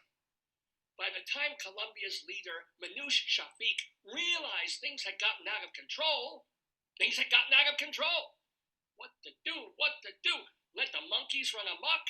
Surrender Hamilton Hall, Lewison Hall, Kravis Hall, ironically named Harmony Hall, all to a bunch of tent-pitching yahoos who couldn't find Gaza on a map in a bookstore in a city, and a city on their non-stop TikTok feeds. At a certain point, order must be restored. It doesn't matter that the disruptors were nonviolent, and it wouldn't matter if they were supporting Israel against the demons of Hamas. They were asked to leave and refused. They were commanded to leave and instead smashed windows and home invaded the administration building. That's when you send in the cops with riot gear. And that finally is what President Shafiq did.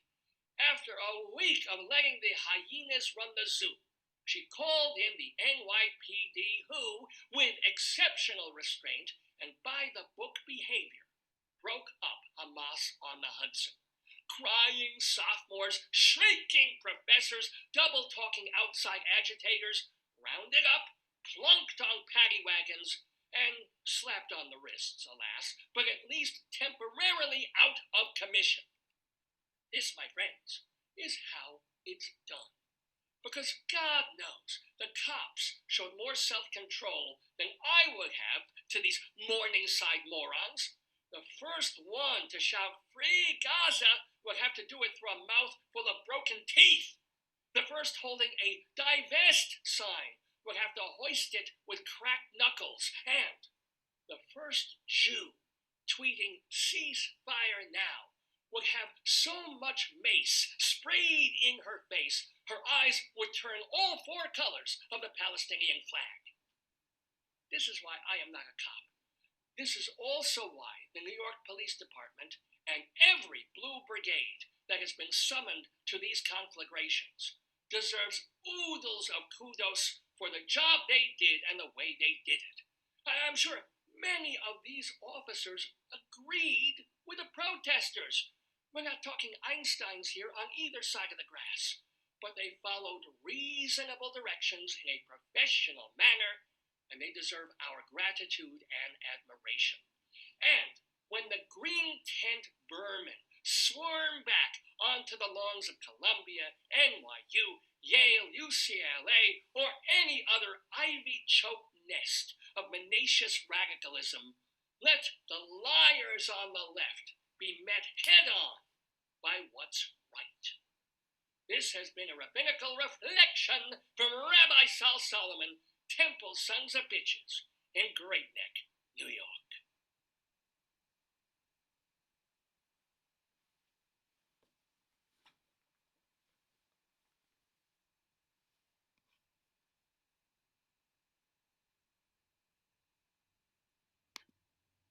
So the opinions of Rabbi Sol Solomon do not necessarily represent those of the station, the Facebook page, the me, the anybody except Rabbi Sol. But I think he makes some pretty good points, don't you?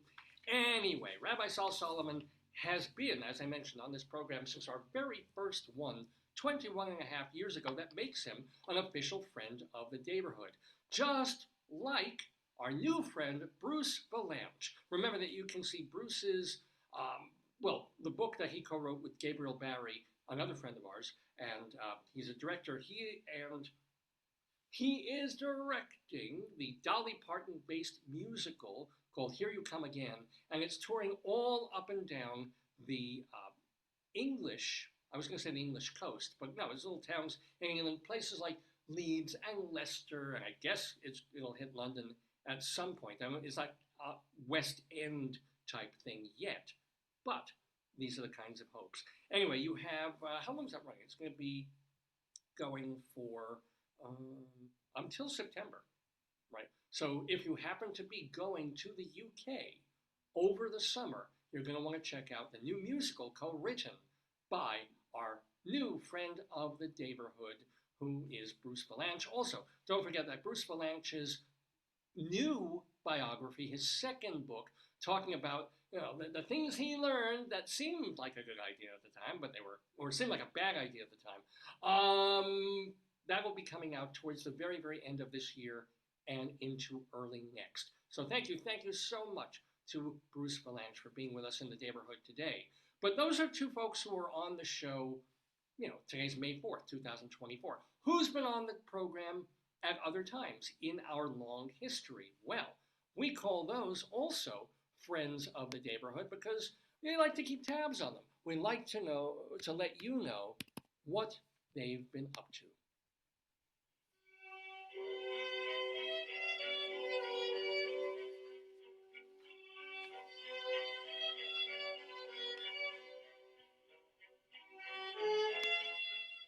La-di-do-da-di. So, again, want to let you know to be on the lookout for John Suzuki's podcast, Finding Better, where I'll be his guest in, I guess, another week or two. I know it's happening sometime in May.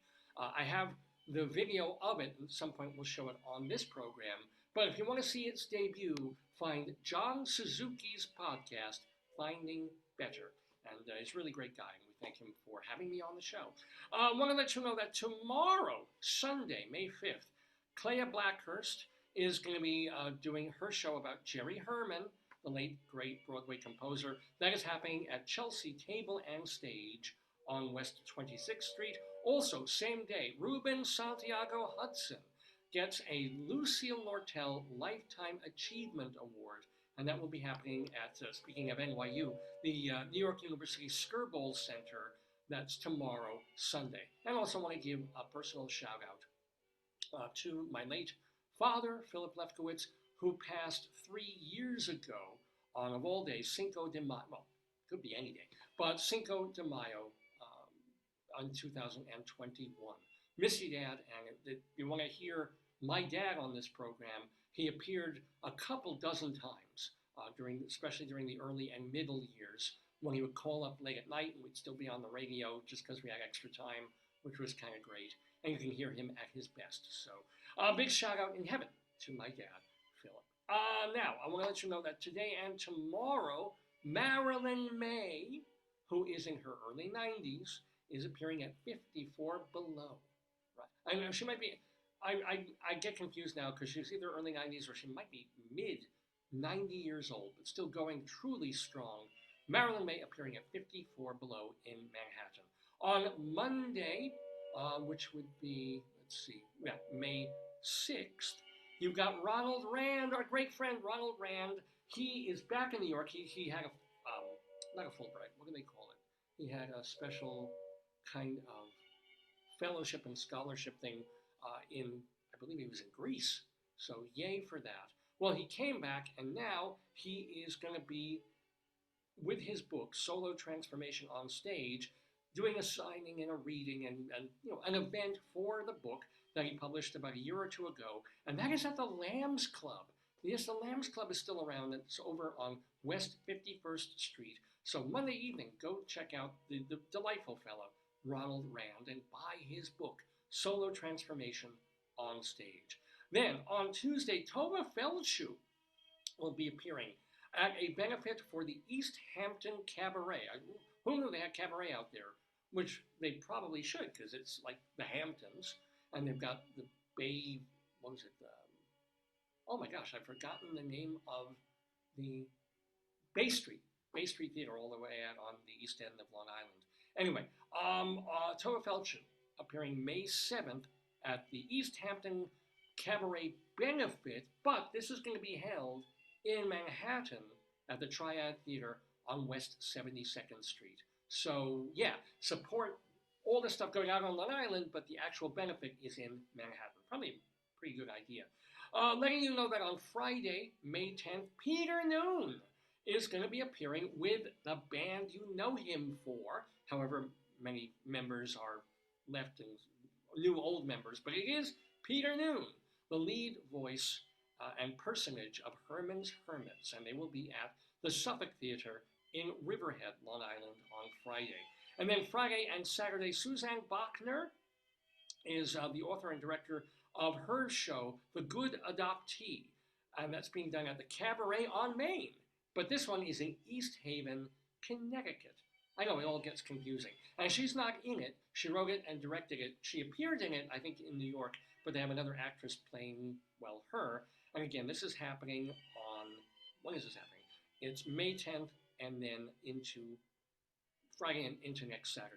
Playing now through next Sunday, Edward Einhorn has a play that he co-wrote and directs. It's called Exegog, and it's all about the Passover, the Jewish Passover. So it started obviously before the holiday. Now it's going to be running through May 12th at La Mama, Edward Einhorn's Exegog.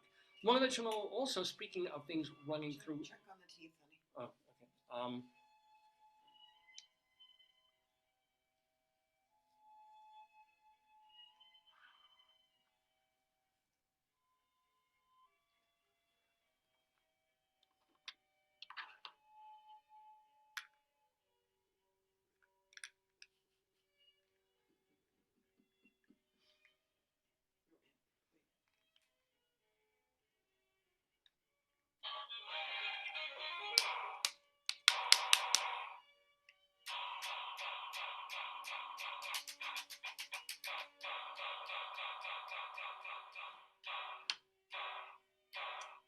Hey, if your teeth are so occluded by cavities that they're dark and you can't see them, would that be a molar eclipse?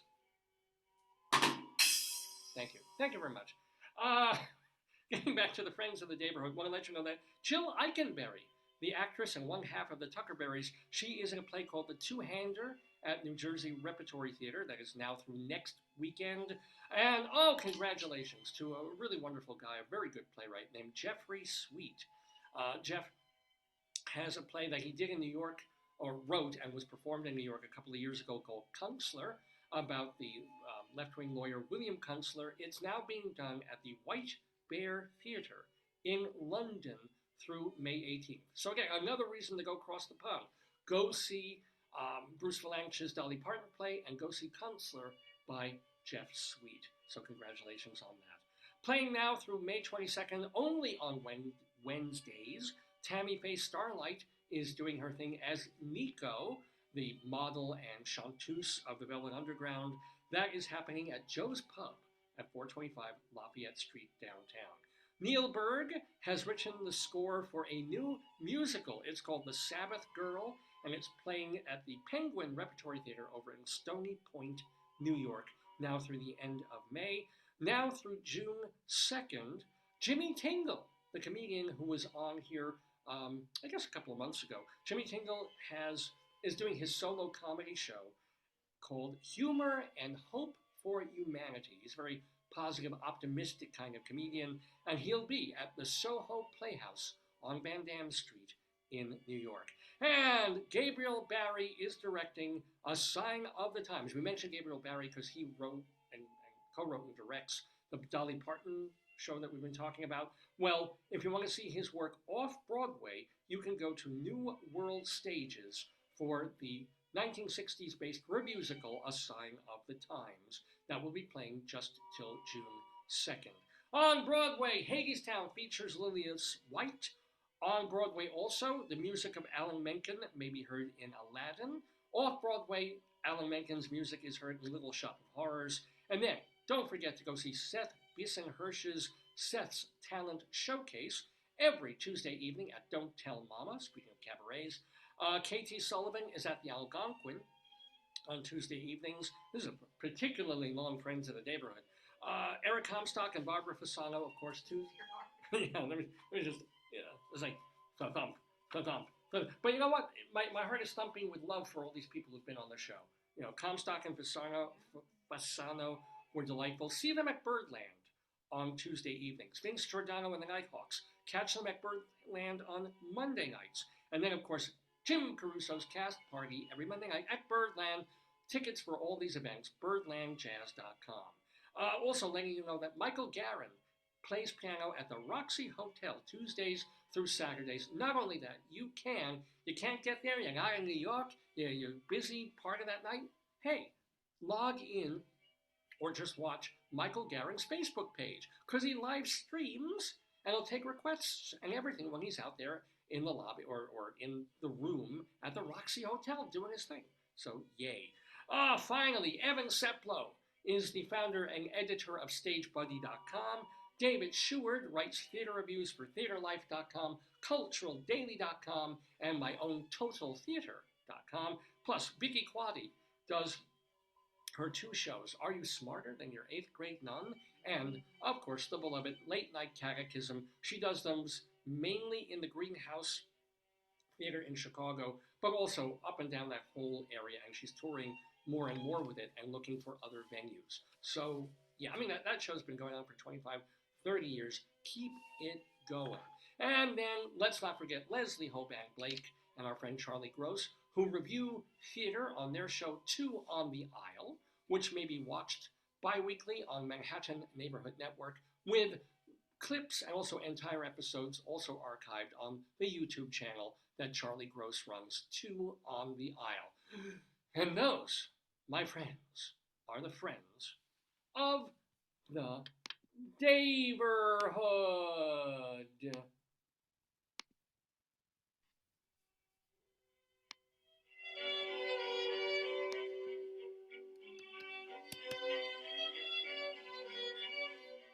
Well, it's 20 after 12. How this happens, I do not know. I always figure, I've got this to do, that to do, that to do, and the show will run about 2 hours and 10 minutes, and then go off, start our day, go have a bagel or something, go running around, spaziering the neighborhood. Instead, and granted, we have this wonderful interview with Bruce Vilanch. And if you missed it, remember that our show is archived immediately on Facebook as soon as it airs. Plus, you can go, once we gussy it up a little bit, I'll load it up onto davesgomeby.com. I'll load it up onto archive.org. I'll load the audio up onto castbox.fm. We also put all our shows on YouTube now, so there's a lot of ways to catch material that you want to see again or that you might have missed. So check them all out, but the first place to start is davesgomeby.com. Anyway, we're almost done. We've almost given you all the entertainment that you've wanted for this Saturday morning, May 4th, 2024. However, we do have one more item on the agenda. Hon, do you know what that is?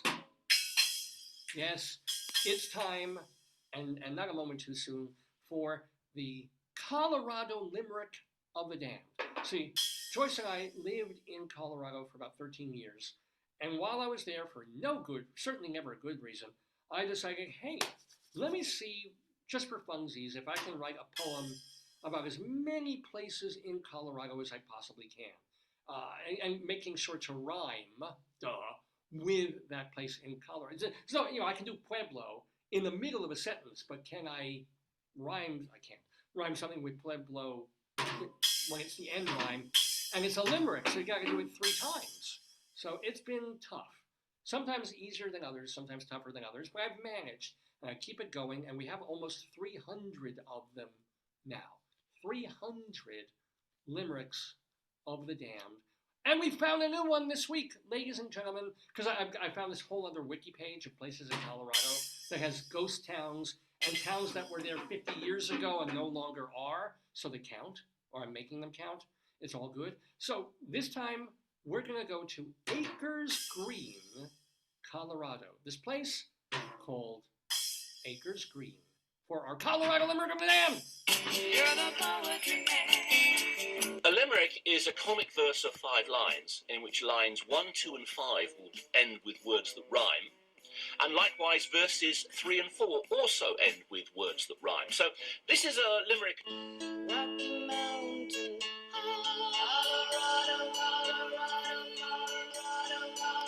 Colorado, indeed, ladies and gentlemen. So yes, here's the deal. I'm going to tell you a little bit about Acres Green, Colorado, and then I'm going to read a poem about Acres Green, Colorado. So it's an unincorporated community in Douglas County, which is in central Colorado. In fact, it's pretty close to Denver. It's part of the Denver, Aurora area. And it's got about 3,000 people on it in about a full square mile there. Basically, it's a newbie. So many of these towns we talk about were founded in like 1898 or 1910. They had a post office and then they disappeared. This place, since it's a census designated thing, wasn't founded until 1971.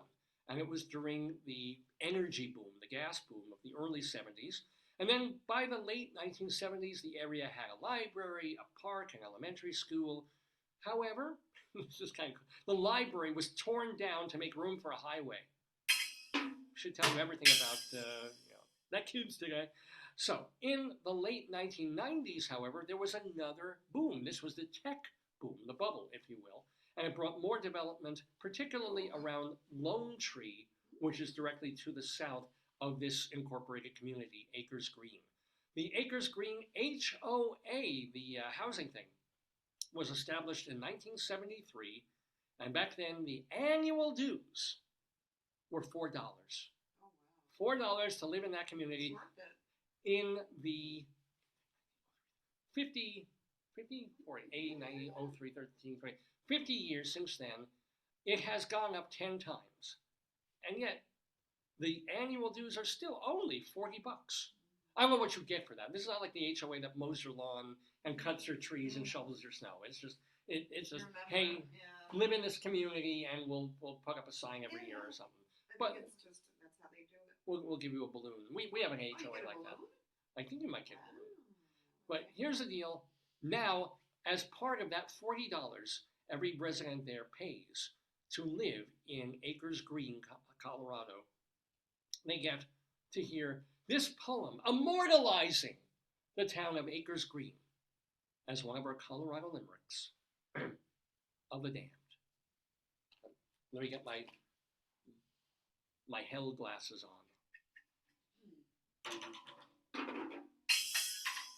I knew a dirty whore in Acres Green who couldn't keep her mouth and pussy clean. I paid the harlot by the hour, still she wouldn't take a shower. Did I mention she was just 14?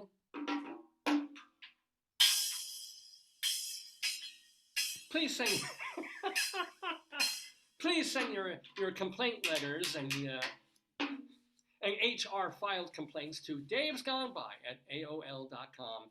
davesgoneby@aol.com. I try and read every letter that comes in, and every message that you post on this Facebook page, whether it's a direct message to me that I'm constantly getting from Asian women who go to really great restaurants and pose in interesting outfits, and somehow, I just get the feeling that they're... It's fishing. Yeah. They probably smell like fish. It's But, interesting. yeah, I don't know what they get out of it. No, I bet you some people, they probably correspond and maybe they coerce them to give them like money and stuff. I don't know. No, because I got one from this person Yeah. who wrote to the, gee, we should know each other. We should be friends on Facebook, And she seems like one of these. Yeah, like a fake account. Yeah. So I'm like, okay, maybe add friend, because she even posted under one of Rabbi Sol Solomon's Rabbinical Reflections and wrote Amen. So I'm like, Oh, you think this is they real. broke her? And yet when she posts, she's wearing the butt showing things, and she's going to this and showing flowers. But somebody must have read Rabbi Sol's thing to go amen rather than Rabbi Sol seems like a really interesting person. He always comes up on my feed. They probably have an algorithm. I wonder. I have to wonder about it. But anywho, I do enjoy getting real messages, real thumbs up, thumbs down, Also, thumbs down. Yeah. my cousin Mark was watching, and somebody else, I forget her name, Janelle or something, I forget. Oh, nice. Okay. They were watching the. Thank you. Again, anytime you want to give a thumbs up, an acknowledgement that you're watching and enjoying and engaging with the show, even if you're not enjoying it. Even if I do something that's like, the offensive limerick, or Rabbi Sol says something that's politically like, oh my God, I can't believe he said. Okay, fine, engage. Because whatever you hear on this show, 10 minutes later, we'll be doing something else anyway. But that's why it's true. It's true. 1 minute I'm showing my bunions. The next minute I'm talking about agriculture. I mean, those are sort of, that's human physiology. And then it's off to talking about people who've appeared on the program, and then it's back to like a horrible limerick. I mean, it is the program. And so please, davesgoneby@aol.com. Follow my Twitter feed, Radio Dave 2. Check out my Instagram page, david.lefkowitz. This is just all, I have a LinkedIn page too. Don't have TikTok because why bother if they're going to make it illegal. So, but trying to get the stuff out there. Tell your friends, tell your enemies, tell your cohorts, tell your colleagues. This show is here to stay. Been here 21 and a half years. Going on, we're 60 shows away, not even, from our 1,000th episode. That'll be the day I have my stroke. From all the prime rib I'm eating, the rib eye. You'll have a party. I'll probably have a stroke. No. We'll get you some good heart meds. Oh, maybe. We have an excellent health plan. We do. Look here. Yeah, you go. Fix yourself. I hate needles. I hate needles. Ah! David, it's fake. It's fake, honey. There's nothing in it. But it's PTSD. Yeah. Whole potato with his teeth. See how he's doing? Oh yeah, potato. Hey, how are you, man? His eyes. It's fixing his eyes now. I can see clearly now. It's still raining out. Yeah. Oh, we didn't even tell that. We didn't say the best running in joke of this show of all. And I kid you not. Because I was kind of looking forward to one of the things that I'm sort of deprived of by doing this program on Saturday mornings is I do enjoy going to yard sales, garage sales, and estate sales. I rarely buy anything, or I grab something cheap just to feel either it's so ridiculous that I need it, or it's something where, hey, thanks for letting us tromp around your living room. Here's $1, right? But I can't often do it because where we live, I don't know. They do yard sales and garage sales from 8 until like 12:30 in the afternoon on Saturday mornings. As opposed to when I was and on... today we have a festival and we had something at the school, but they're not going to have it. Right. But when we were in Long Island, they would be all day. All weekend long. If somebody would have a yard sale, a garage sale, they'd open up the garage and they'd be there from 8:15 in the morning until about 4:30, 4:45 they'd pack up. Colorado too. It would be Saturday, often Sunday morning was yard sale day. Here in Maryland, it's Saturday. And so by the time I finish the show, any yard sales are basically packed up and gone. And this particular day, there's supposed to be there's a big Towson festival that's happening a few miles from where we live. And we saw a truck bringing rides. Oh, it's and scary. That was lights scary. and all colorful things. Carnival. Yeah, and probably corn dogs and feces painting things and all of that. So I'm like, just for something different, just for something to do on a weekend. I'm like, yeah. And then even locally, there's supposedly some kind of spring fling fair thing just down the road. But this has been the joke of Maryland, where we live now. And it's this thing where I try and tell people it's actually really nice. Yeah. We have lovely weather. It's not sunny like Colorado all the time, and it certainly gets hot and humid. But we get a lot of nice days, and we a lot of sunshiny days also. Pleasant days with light streaming everywhere. I go on this program Saturday mornings.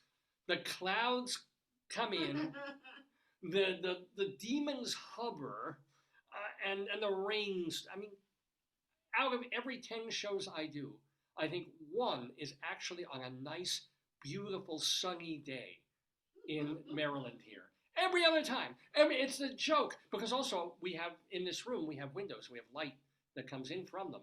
So I figure, hey, I don't need these like ring lights and desk lights and all that. I can just let the natural light come in. No, there's never any natural goddamn light. It always looks like 4:30 in the afternoon in the winter here on Saturday mornings. And as if to mock me, half the time by 2 o'clock on Saturday afternoon, things brighten and cheer and sun streams through the clouds. That's true. But when I'm on the air, it suddenly decides, because I want to start doing some of these outside again on Saturday mornings. Like this. Well, no, certainly not today. And who knows, maybe not next Saturday or the Saturday after that. But, given that, it's a small thing to complain about. And we will take a quick look to see if anything's happening today, because it's supposed to be raining on and off all day here in Maryland. But it's sunshiny in my heart, because I get to do this program for you guys. I get to have wonderful guests like Bruce Vilanch and Rabbi Sol Solomon. I get to have my darling and adorable wife with her music stick.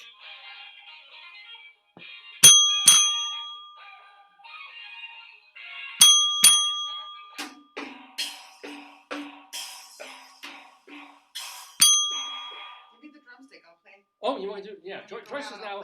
I'll play the drums with the drumsticks when you go Check this out, folks. Joyce on the skins.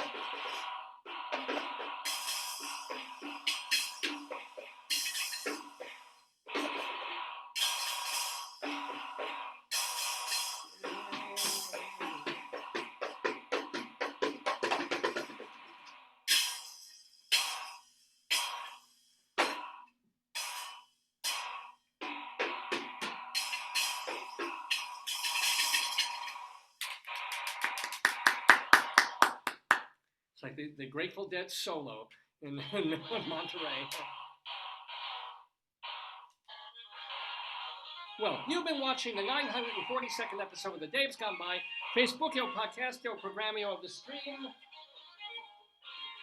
Be with us next Saturday when we're here for the 943rd episode of the show. Make some noise! I'm Dave Lefkowitz. What a delight to be with you. Please write to me, davesgoneby@aol.com. May the 4th be with you. And gone by. Days gone by, days gone by, days gone by.